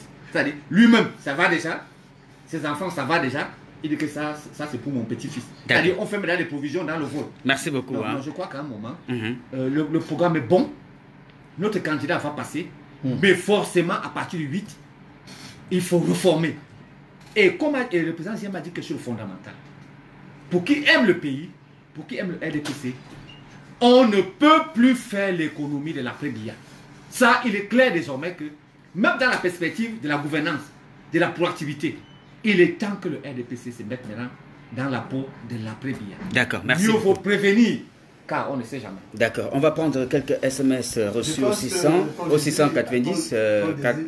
On va prendre quelques SMS reçus au 690 41 42 42.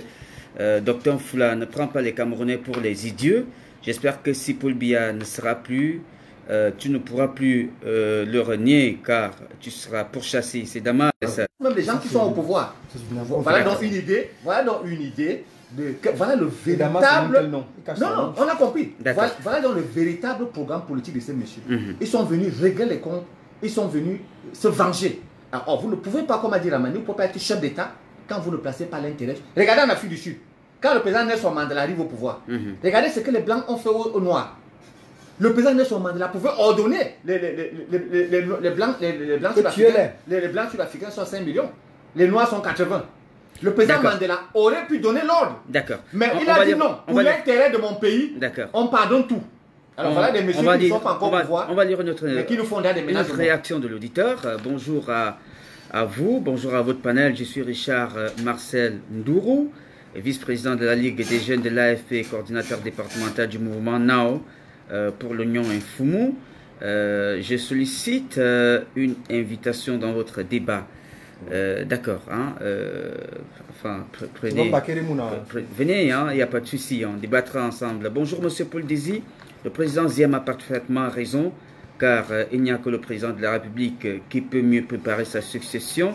C'est Armand Mathieu qui nous a envoyé cet autre message reçu au 690 41 42 42. Autre message. Bonjour à toute l'équipe en studio. Quentin Betty soutient M. Biya, c'est normal. Quentin Bamileke soutient le professeur Kamto, il est tribaliste. L'hypocrisie est vraiment camerounaise, pardon Paul Désy. Il faut nous donner les résultats des dernières élections dans le sud.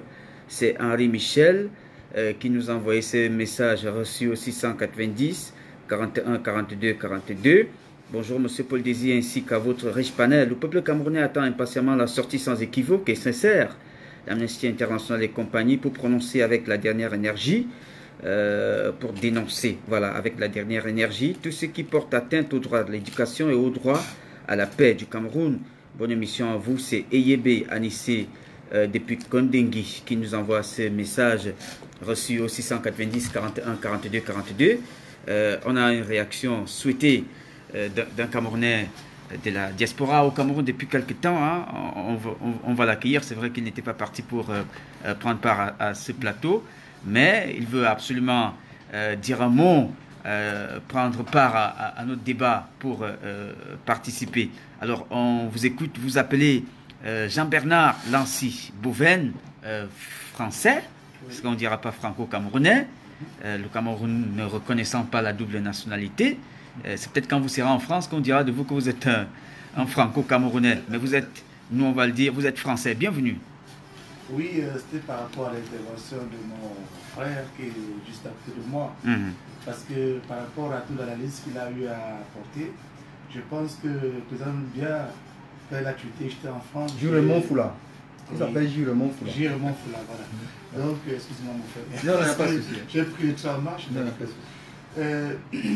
Je pense que le président de la République, il a tué pour prononcer sa candidature. Il s'est adressé d'abord à la diaspora. Et puis moi, je pense que malgré tout ce qu'il a fait comme analyse, il n'a pas pu prononcer cette histoire, nos problèmes de la diaspora. Parce que j'attendais que, c'est pour ça que j'étais bien, parce que j'attendais qu'il revienne dessus. Parce que un pays sans sa diaspora, je pense que vous êtes en train d'aller dans un trou. Parce que nous aussi, on a besoin de ces libertés et de ces doubles nationalités. Et j'étais content de ce que Paul lui a dit, vous de la diaspora, je pense qu'il a compris quelque chose. Parce que quand j'entends votre analyse, oui, tout à fait. Pas touché. Non, au début de l'émission, il a parlé de la diaspora. Au début de l'émission. Ah, d'accord. Juste. C'est ça qu'il a pris son match. Non, juste à quelques secondes, oui. Vous avez parfaitement raison. Il faut un office. Un office pour la diaspora, comme il a dans le pays. Il faut régler ce problème de la double nationalité. Oui. Et aussi, il faut qu'il y ait. Qu'on les permette d'investir. Donc, par exemple, comment ils appellent ça? La loi. La loi sur les investissements de la diaspora.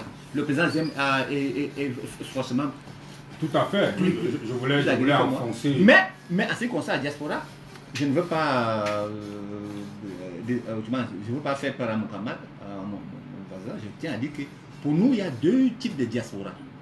Et il y a une diaspora positive, comme lui, qui n'aspire qu'à développer leur pays, comme ça se passe au Kenya, au Nigeria, ailleurs, au Mali, où la diaspora a 50% par exemple dans les légalisations du pays. Mais nous avons ici une diaspora atypique. Les seules richesses que la diaspora, une certaine, nous envoie ici, ce sont les grenades, ce sont les lance-roquettes, ce sont les mitraillettes, ce sont les injures. Non, j'ai une certaine. Une certaine. Non, je suis d'accord avec vous. Vous savez qu'il y a toujours des brebis galeux partout. Mais là, vous savez bien ce qui s'est passé. Quand les brebis galeuses commencent à être plus nombreuses que. Non, c'est pas ça. Non, tu n'as pas fait l'arithmétique de la diaspora pour savoir que les brebis galeuses sont plus nombreuses. Voilà, il faut juste. Moi, si c'est qu'à faire de la diaspora, je voulais dire deux choses. Ou une, il y a un concept qu'on appelle le co-développement. Nous sommes dans la phase de la décentralisation. Il est important que les maires de 2019 soient des maires qui ont été ou qui ont quelque chose un peu en termes de connaissance de la coopération décentralisée. Parce que c'est dans les communes que la diaspora va démontrer tout son savoir-faire, son avoir-être et ce qu'il a. Moi, si je suis maire de Kiki, et comme je le serai, je dis, ce n'est pas une affaire que on raconte. C'est-à-dire que vous allez aujourd'hui dans une expertise, vous demandez à un maire de vous donner le nombre de ressortissants de sa commune qui sont à l'extérieur, pays par pays, profil par profil, ils sont moins de 0,1% au Cameroun qui peuvent vous faire. C'est ça qui développe Banganté, c'est ça qui développe Tchang. Si vous allez à la commune de Tchang, vous voyez ce que la diaspora de la Mémoire fait à Tchang. C'est ahurissant. Vous comprenez? Ça, c'est ce qu'on appelle le co-développement. Donc, il faut que les maires de demain soient comme nous, qui ont fait des études, qui connaissent ces choses, qui sont des experts. Et vous verrez que la diaspora, on le veut. Moi, en tant que maire, je ne chercherai pas à savoir quelle est la mauvaise, quelle est la bonne diaspora de la commune de Kiki.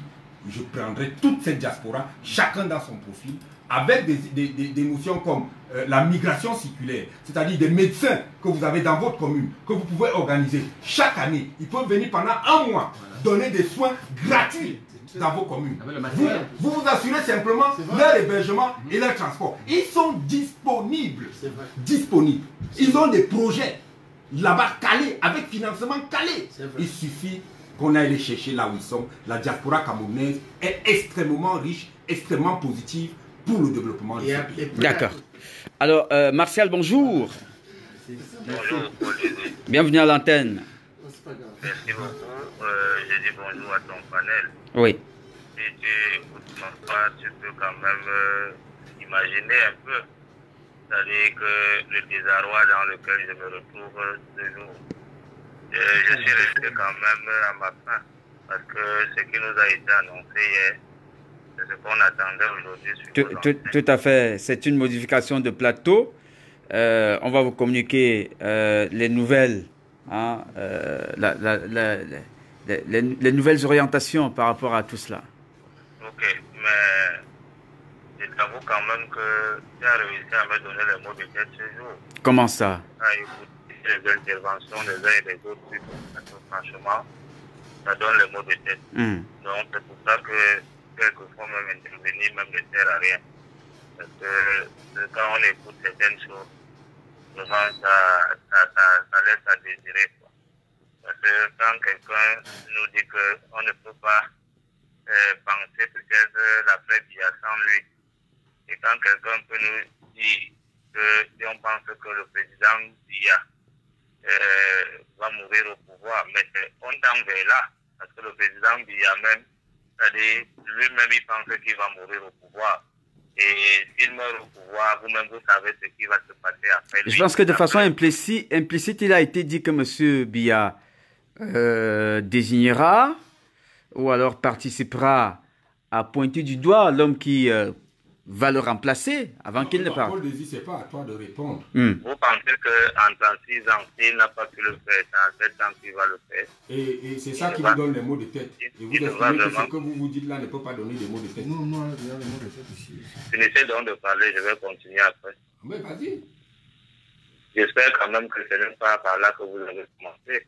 Vous avez commencé l'émission dès le début.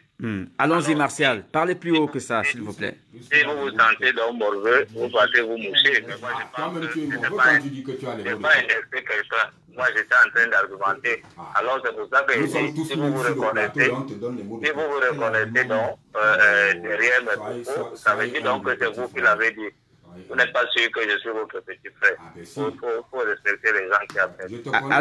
Allons-y, Martial. Donc, je voulais dire tout simplement, Paul Désir, que... S'il vous plaît, permettez. Honnêtement, il a suivi le docteur Mfoula. Chaque fois qu'il prend des exemples, Monsieur Mfoula. le docteur Mfoula, vous n'allez pas enlever cela. Monsieur Mfoula. Permettez, monsieur Mfoula, ça n'enlève rien à votre personne si on dit de vous que vous êtes un docteur. Je pense que c'est pas... Vous injuriez. Laissez faire, monsieur Mfoula. Allons-y. Alors, je disais donc que vous voyez que lui prend toujours les exemples des autres pays. Il dit toujours, prenez l'exemple de tel ou tel. Permettez, monsieur Ramani. Permettez. Il est au téléphone, laissons-lui la possibilité de finir. Allons-y. Voilà, il prend toujours les exemples des autres pays. Tout à l'heure, il a pris l'exemple du Nigeria où il dit que quand Buhari même n'était pas là, on ne ressentait pas. Mais à partir du moment où ici chez nous, quand le président sort, il faut qu'on bat les routes complètement, qu'on fasse souffrir le peuple. Pour que le peuple sache que le leader charismatique du Cameroun est en train de sortir. Comment ne voulez-vous pas que quand il sort, qu'on soit au courant? Vous avez suivi le monsieur de la diaspora, quand tout est verrouillé, où les gens quittent de la diaspora avec de l'argent, ils veulent investir. Les impôts seulement au Cameroun les asphyxient. Et maintenant, les collaborateurs du président... C'est faux. Il y a des mesures incitatives dans la nouvelle loi de finances. Allez-y, le code d'investissement de l'article 60 à 162. C'est très compliqué. Oh non. À un moment donné, quand on intervient, les gens finissent. Nous avons des gens pleins du côté de la diaspora qui veulent investir au Cameroun. Mais quel est qu'ils aillent investir dans leur commune qui vont avec les maires? Ils n'ont pas cette possibilité. Ceux qui font à Banganté, à Tchang font comment? Ils font comment? Chez vous à Banganté, à Tchang, est-ce qu'on n'investit pas là-bas? Pour les en fait, vraiment c'est compliqué peut-être. C'est pas compliqué. Allons-y, Martial. Allez-y, chutez. Permettez à l'auditeur de chuter. Il faut l'inviter à la prochaine émission. Oui. Je vais seulement chuter en disant que on essaie de présenter chaque fois le président Biya comme l'homme qui est blanc et personne ne l'a dit. Noir. Alors que c'est Paul Biya lui-même qui nomme cet entourage-là. C'est lui qui manage le Cameroun. Lui est le premier en tout au Cameroun. Ça veut dire que si ça marche mal, c'est que c'est lui-même qui a contribué à ce que tout là soit pourri. Alors aujourd'hui, quand on ne nous le présente pas comme quelqu'un qui est sain et son entourage malsain, alors si c'est malsain, c'est que ça commence par lui et ça se répercute donc sur les autres. Et c'est pour ça qu'on a coutume de dire le poisson pourri par la tête. Alors, si c'est pourri par le haut, c'est donc tout le reste là sera pourri. Et quand vous entendez les gens dire aujourd'hui qu'il n'y a que lui, parce que sans lui on ne peut pas faire, c'est des gens donc qui ont beaucoup de choses à cacher et ils savent que ce n'est que lui seul qui peut être leur protecteur. Et quand il mourra, ils peuvent mourir mordicus. Ils peuvent crier qu'il n'y a que lui. Alors que même ceux qui sont en studio là, ils sont jeunes. On leur dit généralement que vraiment au sein du SDPC, faites tout et tout pour que ça bascule. Parce que cette vieillesse du RPPC-là ne peut pas vous laisser. Parce que nous là, pour essayer de tout faire, pour tirer la couverture de leur côté et de présenter toujours le président Biya comme le seul homme, parce qu'ils savent qu'ils auront plein de choses à camoufler tant que le président de la République. D'accord. C'est de ça qu'il est question, je vous remercie. Merci Martial. Merci Martial pour votre intervention. À venir sur le plateau. Oui. Alors, allez-y. Hier Amani, votre mot de fin. Oui, je dirais simplement que il faudrait que les auditeurs que nous respectons beaucoup nous donnent souvent leur nom bantou ou bantouide ou fulbé. Parce que Martial, ce n'est pas un nom. Moi, je m'appelle Hier, je suis fier de cela. Alors, c'est aussi une façon de respecter ceux qui sont sur le plateau. Et les plateaux sont là ouverts pour tout le monde. Moi, je dirais simplement qu'il faut que les gens s'habituent. Lorsqu'on est dans un média, ce n'est pas forcément pour soutenir leur candidat. Ceux qui sont sur le plateau ont leur liberté idéologique de soutenir qui ils veulent. Que vraiment les auditeurs n'enferment pas les invités de Paul Désir, que quand vous venez vous asseoir, parlez seulement de notre Kamta qui a 65 ans. Et on nous dit qu'il est jeune. Alors, on revient donc rapidement en disant que moi, je souhaite qu'il y ait changement en tant que citoyen. J'en ai le droit, non? Je souhaite qu'il y ait changement. Mais, face à ce qu'on nous propose, il faudrait un changement libyen. Il faudrait que ce soit des choses réalistes. Vous suivez un peu, parce qu'il faut bien faire une différence sur le point du SMIC légal et le SMIC réel. Vous suivez un peu. Parce qu'en économie, par exemple, en Centrafrique, on va vous dire que le SMIC en Centrafrique, c'est 180 000. Ça, c'est le SMIC légal, donc sur les papiers. C'est l'article 66 au Cameroun. Il faut le SMIC réel. Vous suivez un peu le SMIC réel, on est encore très loin des 160 000 de l'ami de son candidat, du frère de son candidat. Maintenant, autre chose pour finir, Paul Désir. Moi, j'ai suivi, en tout cas, je n'ai même pas besoin de titre d'intellectuel, ça me sert à quoi? C'est pas ça que je mange. On parle de la masse critique. J'ai répété dans beaucoup de médias que lorsque vous dites masse critique, c'est vague, ça ne veut absolument rien dire. Il faut préciser. Parce qu'il y a la masse critique électorale, il y a la masse critique violente, il y a la masse critique insurrectionnelle, etc. Quand je suis ceux qui veulent prendre le pouvoir par de masse critique vague, en fait, dans leur discours, c'est la masse critique violente. Mais on fait croire au Cameroun que c'est la masse critique électorale. Parce que la masse critique électorale commence d'abord par la sensibilisation des gens à aller s'inscrire. Vous avez vu certains acteurs politiques, par exemple au RDPC, j'ai vu des gens demander qu'on s'inscrive, même Univers et autres. On disait que c'était les pions du régime qui demandaient qu'on s'inscrive. Mais la masse critique électorale commence d'abord par la sensibilisation des citoyens à aller s'inscrire. Maintenant, vous n'avez pas demandé aux gens à aller s'inscrire. Vous allez aller le 7 octobre pour vous faire élire par qui va vous, voilà. Ce serait étonnant. Donc il faut un travail d'éducation politique et même de socialisation politique. Parce que l'électeur rationnel, c'est celui-là qui effectivement réfléchit sur les programmes politiques. D'ailleurs, Paul Désir nous avait invité là pour ça. Il faut réfléchir et que les Camerounais ne vont pas céder à l'intimidation tant qu'ils ne sont pas convaincus. Par exemple, moi je ne peux pas voter pour quelqu'un qui promet dans quelques jours 160 000 de SMIC. C'est impossible. Le SMIC réel, c'est impossible. Je ne peux pas voter pour quelqu'un qui dit que désormais, il y aura, n'est-ce pas, pour chaque étudiant de l'université, n'est-ce pas, un projet technique. Non, il n'y a pas que l'enseignement technique au Cameroun. On a aussi besoin des prêtres. Hein, ils vont passer au séminaire aussi, apprendre le latin aussi un peu. On n'a pas seulement, on a aussi besoin des psychologues parce qu'on a des problèmes aussi. Donc, il y a des promesses comme ça qui sont fallacieuses dès le départ. Malheureusement, les Camerounais ne sont pas dupes et nous sommes là pour passer à la critique inéluctable et une critique sans pitié. Et pour chuter, si vous permettez, sachez que lorsqu'on se lance dans le champ politique, il y a ce qu'on appelle le cadrage idéologique, il y a le cadrage programmatique, il y a le cadrage des priorités, il y a le cadrage des valeurs. J'ai suivi un candidat qu'on présente beaucoup dans certains médias, comme celui-là qui va changer notre pays. Il parle du libéralisme social. Alors qu'en face de lui, M. Paul Biya parle du libéralisme communautaire. Entre les deux, il n'y a quelle différence? Vous suivez un peu? Donc, quand tu as dit qu'il va apporter au libéralisme social, mais c'est la même idéologie. C'est la même idéologie. C'est pas ça scientifiquement. C'est la même idéologie. D'accord. Alors, le dernier mot du président Ziem, mais avant de prendre l'auditeur, monsieur Dikongé, je présume. Allô? Oui, allô, bonjour monsieur. Bonjour monsieur Dikongé. Bienvenue à l'antenne. Merci. Bonjour à tous panélistes. Oui. Je voulais intervenir. Vous êtes à l'antenne, on vous écoute. On vous écoute. Oui, en fait, je ne vais pas être très long. Je voulais juste parler à mon frère, Foula, le docteur Foula. Monsieur Foula. Je voulais faire comprendre qu'il ne faut pas qu'il s'intéresse à certains auditeurs utilisent, c'est vrai, c'est la pré-campagne. Et puis, chacun essaie de vouloir vanter son candidat, mais nous savons déjà que le RDPC est gagnant. Il a fait certains détails là la dernière fois. Et c'est pas lui. Je pense par exemple que les auditeurs ne suivent pas, certains auditeurs ne suivent pas certaines chaînes de radio. Oui. Il y a mon frère de Douala qui est au RTF qui a toujours fait ce détail-là, permettant au RDPC d'être déjà vainqueur. Donc je ne vois pas pourquoi les gens vont s'agiter. S'il a son point de vue, il faut que les gens respectent son point de vue.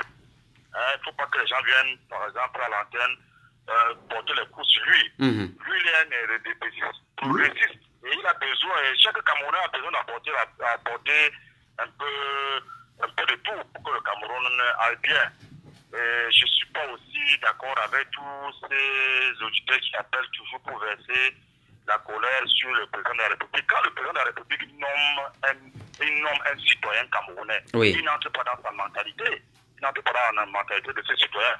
Savoir ce qu'il doit faire demain ou après-demain. Et si lui descend le président de la République selon les missions qui lui sont. Pour les mettre à côté, on prend notre Camerounais. Il y a nombre de Camerounais qui ont de la compétence. Et c'est comme ça, au fur et à mesure, même les plus grands États du monde aujourd'hui, même les États-Unis, même la France, améliorent toujours les systèmes, améliorent toujours les institutions.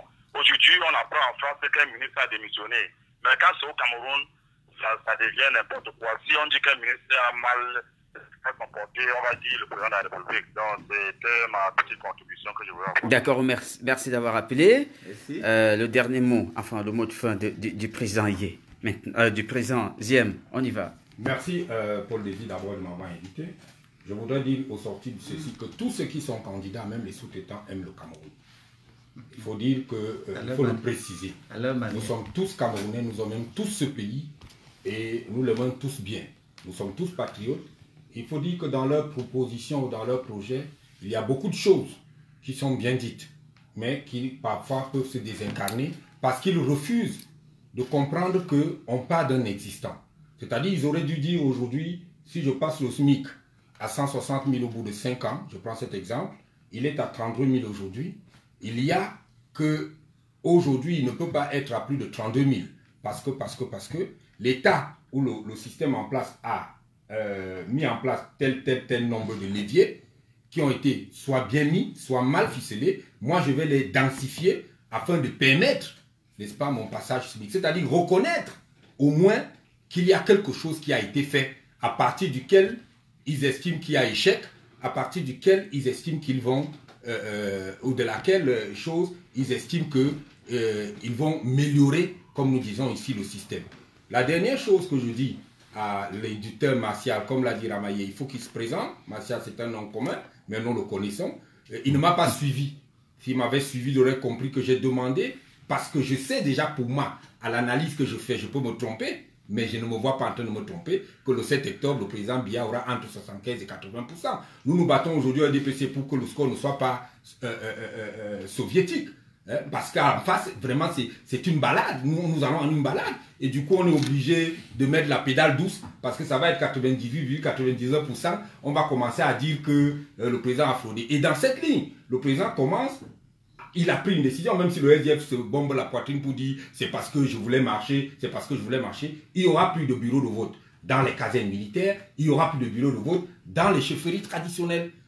Bien que cela soit légal. Bien que cela soit légal, parce que c'est des lieux publics. En droit, mais bien que cela soit légal, c'était juste pour mettre fin à la polémique. Justement, pour qu'enfin, puisque nous savons qu'il n'y a personne en route, on les a sous-pesés pendant la pré-campagne, on a vu qu'il n'y a rien. On voudrait qu'ils ne viennent pas commencer à crier sur notre victoire. Comme l'a dit Mfoula, qui commence à revoir leur programme de campagne, parce que s'ils continuent à dire pendant les deux semaines de campagne, ce qu'ils ont dit là, pendant un mois et demi, pendant la pré-campagne, c'est foutu. Ils vont rester à moins de 10%. Et j'ai dit qu'il faut libérer les énergies. Quand je dis qu'on ne peut pas faire la transition au Cameroun sans le président Biya, je dis que je suis extrêmement honnête avec moi-même. Et que Martial n'a rien compris. Et c'est parce qu'il n'a rien compris et qu'il ne comprend rien à la politique qu'il a eu des maux de tête. Alors qu'il aille apprendre, la prochaine fois, il n'y aura plus de maux de tête quand nous faisons des analyses. D'accord. Vous ne pouvez pas traiter de la transition dans un pays avec un homme qui a passé 36 ans au pouvoir, 50 ans ou 60 ans de haute administration, entre ce qu'on appelle les réseaux et tout ça, et vous estimez que vous pouvez venir et dans une politique ou dans un discours où on lui promet le chaos. C'est de ça qu'il est question. Vous avez vu, quelqu'un nous a dit ici qu'il va nous trancher les têtes. Mais on lui promet le chaos. Et du coup, nous, notre intérêt justement, et il a dit, moi je l'ai dit, mais comme il ne me suivait pas à l'avant, il s'est mis à critiquer. Si le président Biya venait à décéder au pouvoir, ce sera l'implosion totale. D'accord. Par conséquent, pendant qu'il est vivant, donnons-lui les alternatives, pas les alternances. Voilà. Ce dont le président a besoin aujourd'hui, ce sont des alternatives de l'alternance. Malheureusement, on n'en a pas encore. Il ne se sent pas encore sur ces alternatives suffisamment bien portées pour passer le témoin, comme Aïdjolo lui a passé. Même s'il sera dans les urnes, le président pourra se prononcer pour un candidat. N'étant pas candidat, il peut dire, moi, Paul Biya, je demande à tous ceux qui m'ont voté de voter telle personne. Parce que j'estime que, comme j'ai promis la démocratie et le progrès à mes citoyens, je n'ai pas pu arriver au bout peut-être de la prospérité, mais au moins la démocratie. Et j'ai mis les bases de la prospérité sur terre, parce que le Cameroun commence simplement à se construire. Le Cameroun ne s'est jamais construit pendant 60 ans. Ça, c'est clair. Le président il a eu 20 ans où il a pu faire des choses. Les crises dont le président Biya n'est pas la source principale, n'est-ce pas, se sont implantées dans le monde entier et ont détruit tout ce que les Camerounais avaient déjà fait. C'est maintenant que le Cameroun recommence sa construction. Alors, et le président Biya met les bases, parce qu'on ne peut pas se développer sans énergie, sans les infrastructures, sans ci ou sans ça.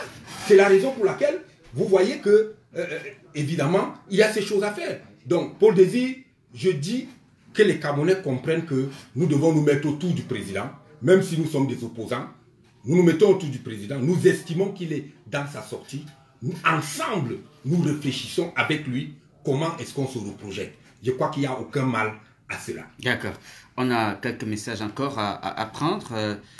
Celui qui dit que le professeur Maurice Kamto a mangé avec M. Biya, Macky Sall a été ministre, Premier ministre, président de l'Assemblée nationale de M. Wade, idem pour Christian Kaboré, jusqu'à traiter la télévision qui a révélé Paul Maël et Cathy Touloué, outre Jean-Jacques Zéo aux yeux du monde, des chaînes journalistes. Du même parti qu'Abdoulaye Wade, c'est différent. On n'a pas fini de lire le message, s'il vous plaît. Qu'il nous donne la télévision qui a fait mieux, qu'il nous la cite, s'il vous plaît. C'est Henri Michel qui nous a envoyé ce message, rayé, que nous avons reçu au 6 90 41 42 42. 41, 42, il a beaucoup de noms. Hein. Oui, tout à fait. Tantôt il est Henri Michel, tantôt il est Mathias, tantôt... S'il va encore rester au pouvoir, il doit promettre à son peuple de chasser ces mauvaises personnes qui l'ont embrigadé au lieu de servir le peuple. Ils se sont servis. Il faut qu'il sache que le peuple a le dernier mot. Hein. C'est Yves Dawai qui nous envoie ces messages. Autre message reçu au 6 90 41 42 42. Dommage, on est interrompu. Hein. J'espère qu'on pourra lire tous ces messages. Bonjour à vous, moi c'est Mohamed Bakayoko depuis Mendon à Yaoundé. J'aimerais bien poser la question, pourquoi au Cameroun on vote les lois et on ne les applique pas, s'il vous plaît. Je vous écoute. C'est un auditeur qui nous pose cette question. Autre message reçu au 6 90 41 42 42. 6 90 41 42 42. Voilà. Anon Alemao qui émet un avis sur les invités.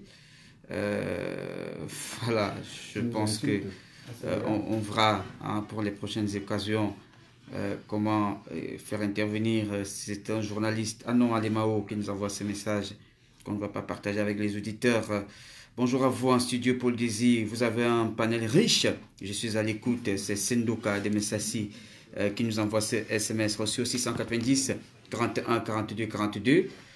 On va prendre ce compatriote, ce Camerounais, ce jeune Camerounais qui est dans ce studio et qui nous a appelé parce que, dit-il, hein, il a un poème. Bonjour. Oui, bonjour Paul Désir Biya. Ce Camerounais se nomme tout simplement Ada Atangana Apollos. Ada Atangana Apollos. Vous avez donc un poème ou autre chose?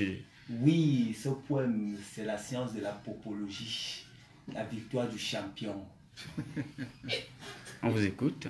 Oh, tel un grand lion dans un arbre. Oh, telle la fureur, la puissance de Nongui. La popologie, c'est la popologie. Popole, oh là là, quel roi. Rendez-vous dans 20 ans. Oh, il est fort, puissant. La rougisseur de ce fureur roi. À la vieillesse, un arbre d'un cocotier. Sa grandeur est un grand océan, un grand fleuve. Oh là là. D'accord. Je pense qu'on aura la possibilité d'écouter ça la prochaine fois en intégralité. C'est pas mal. Hein. Avec les arbres dans le cocotier et je pense que la rougeur ou autre chose, ou le rugissement. De toutes les façons, on aura la possibilité d'écouter ça en intégralité la prochaine fois. Chers messieurs, nous vous disons merci d'être venus pour cette émission encore aujourd'hui. Merci à M. Foula, militant du Rassemblement démocratique du peuple camerounais, chercheur également, enseignant dans les universités camerounaises, et qu'il n'aime plus beaucoup qu'on l'appelle Docteur Foula. Ouais, on vous dit merci d'être venu ce matin. Oui, c'est moi qui vous remercie. Il faut faire le distinguo. Nos valeurs, le titre académique, c'est dans les amphis, c'est dans les académies. Ici, nous sommes les militants. Moi, en tout cas, ce qui me concerne, comme le président Ziem, nous intervenons ici en tant que militants convaincus et convaincants du Rassemblement démocratique du peuple camerounais. Pour les diplômes, attendez-moi à soir ou alors en Wekele. D'accord, on vous dit justement merci d'être venu ce matin. On va également remercier Ramani Yé, porte-parole général du peuple MDF, qui veut dire peuple meurt de faim.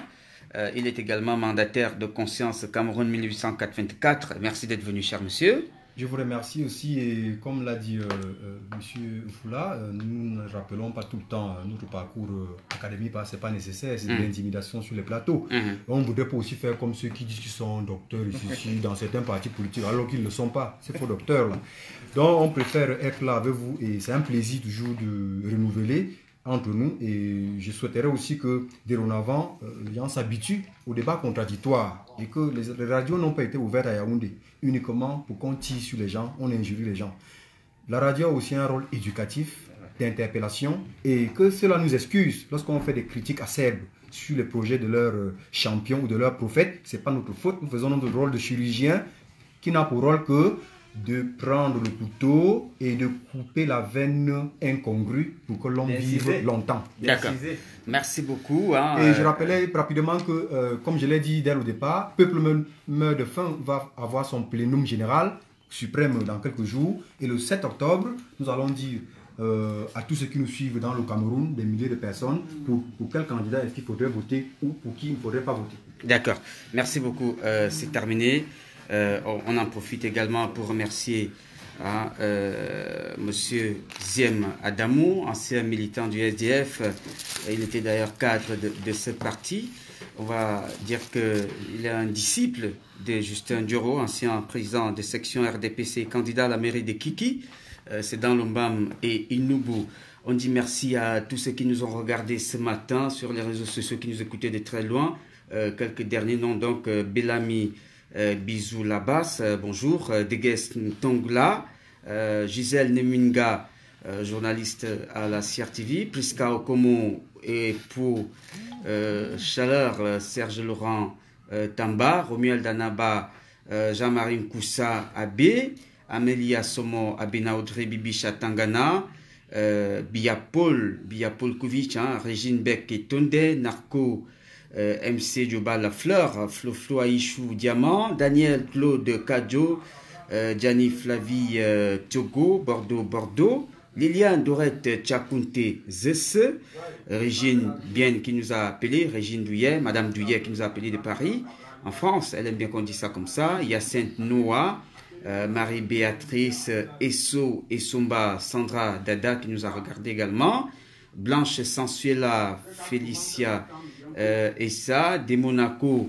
Kédé, ils sont très nombreux, Mabel Zank, et puis Marie-Michel Madjo, Jo Sylvie Leroy, Valérie Nouémé, Olivette Ngos, Ekanga Blaise, Wijen Bobo, Valérie Amougou, Sandrine Oundi Aston, Julius Iskia.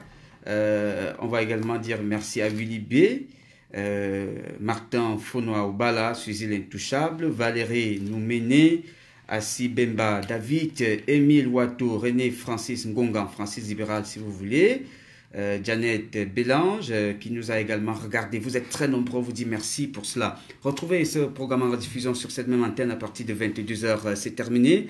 C'était donc Démocratie sur la fréquence 103.0 FM à Yaoundé. Voice Radio, on dit merci à toute l'équipe technique et de production. Serge Guichon qui était donc sur la console et les ordinateurs pour la mise en onde et la production. On va également dire merci à Jean-Marie Amayene, Dieudonné Akpé et également Yannick Atiba qui étaient nos réalisateurs et assistants de production. Portez-vous bien. La suite de nos programmes, c'est dans un instant avec Nourine Batanken qui va donc vous présenter le programme. C'est quoi le problème? Restez à l'écoute. Bonne suite des programmes. Portez-vous bien. Merci. Danny Def, Charlie Siva Sigar. On s'est battu, on s'est débrouillé. C'était bien. Merci. Merci de nous avoir regardés. À bientôt. Retrouvez l'intégralité du programme sur YouTube. On va vous donner tout à l'heure le lien. Ciao.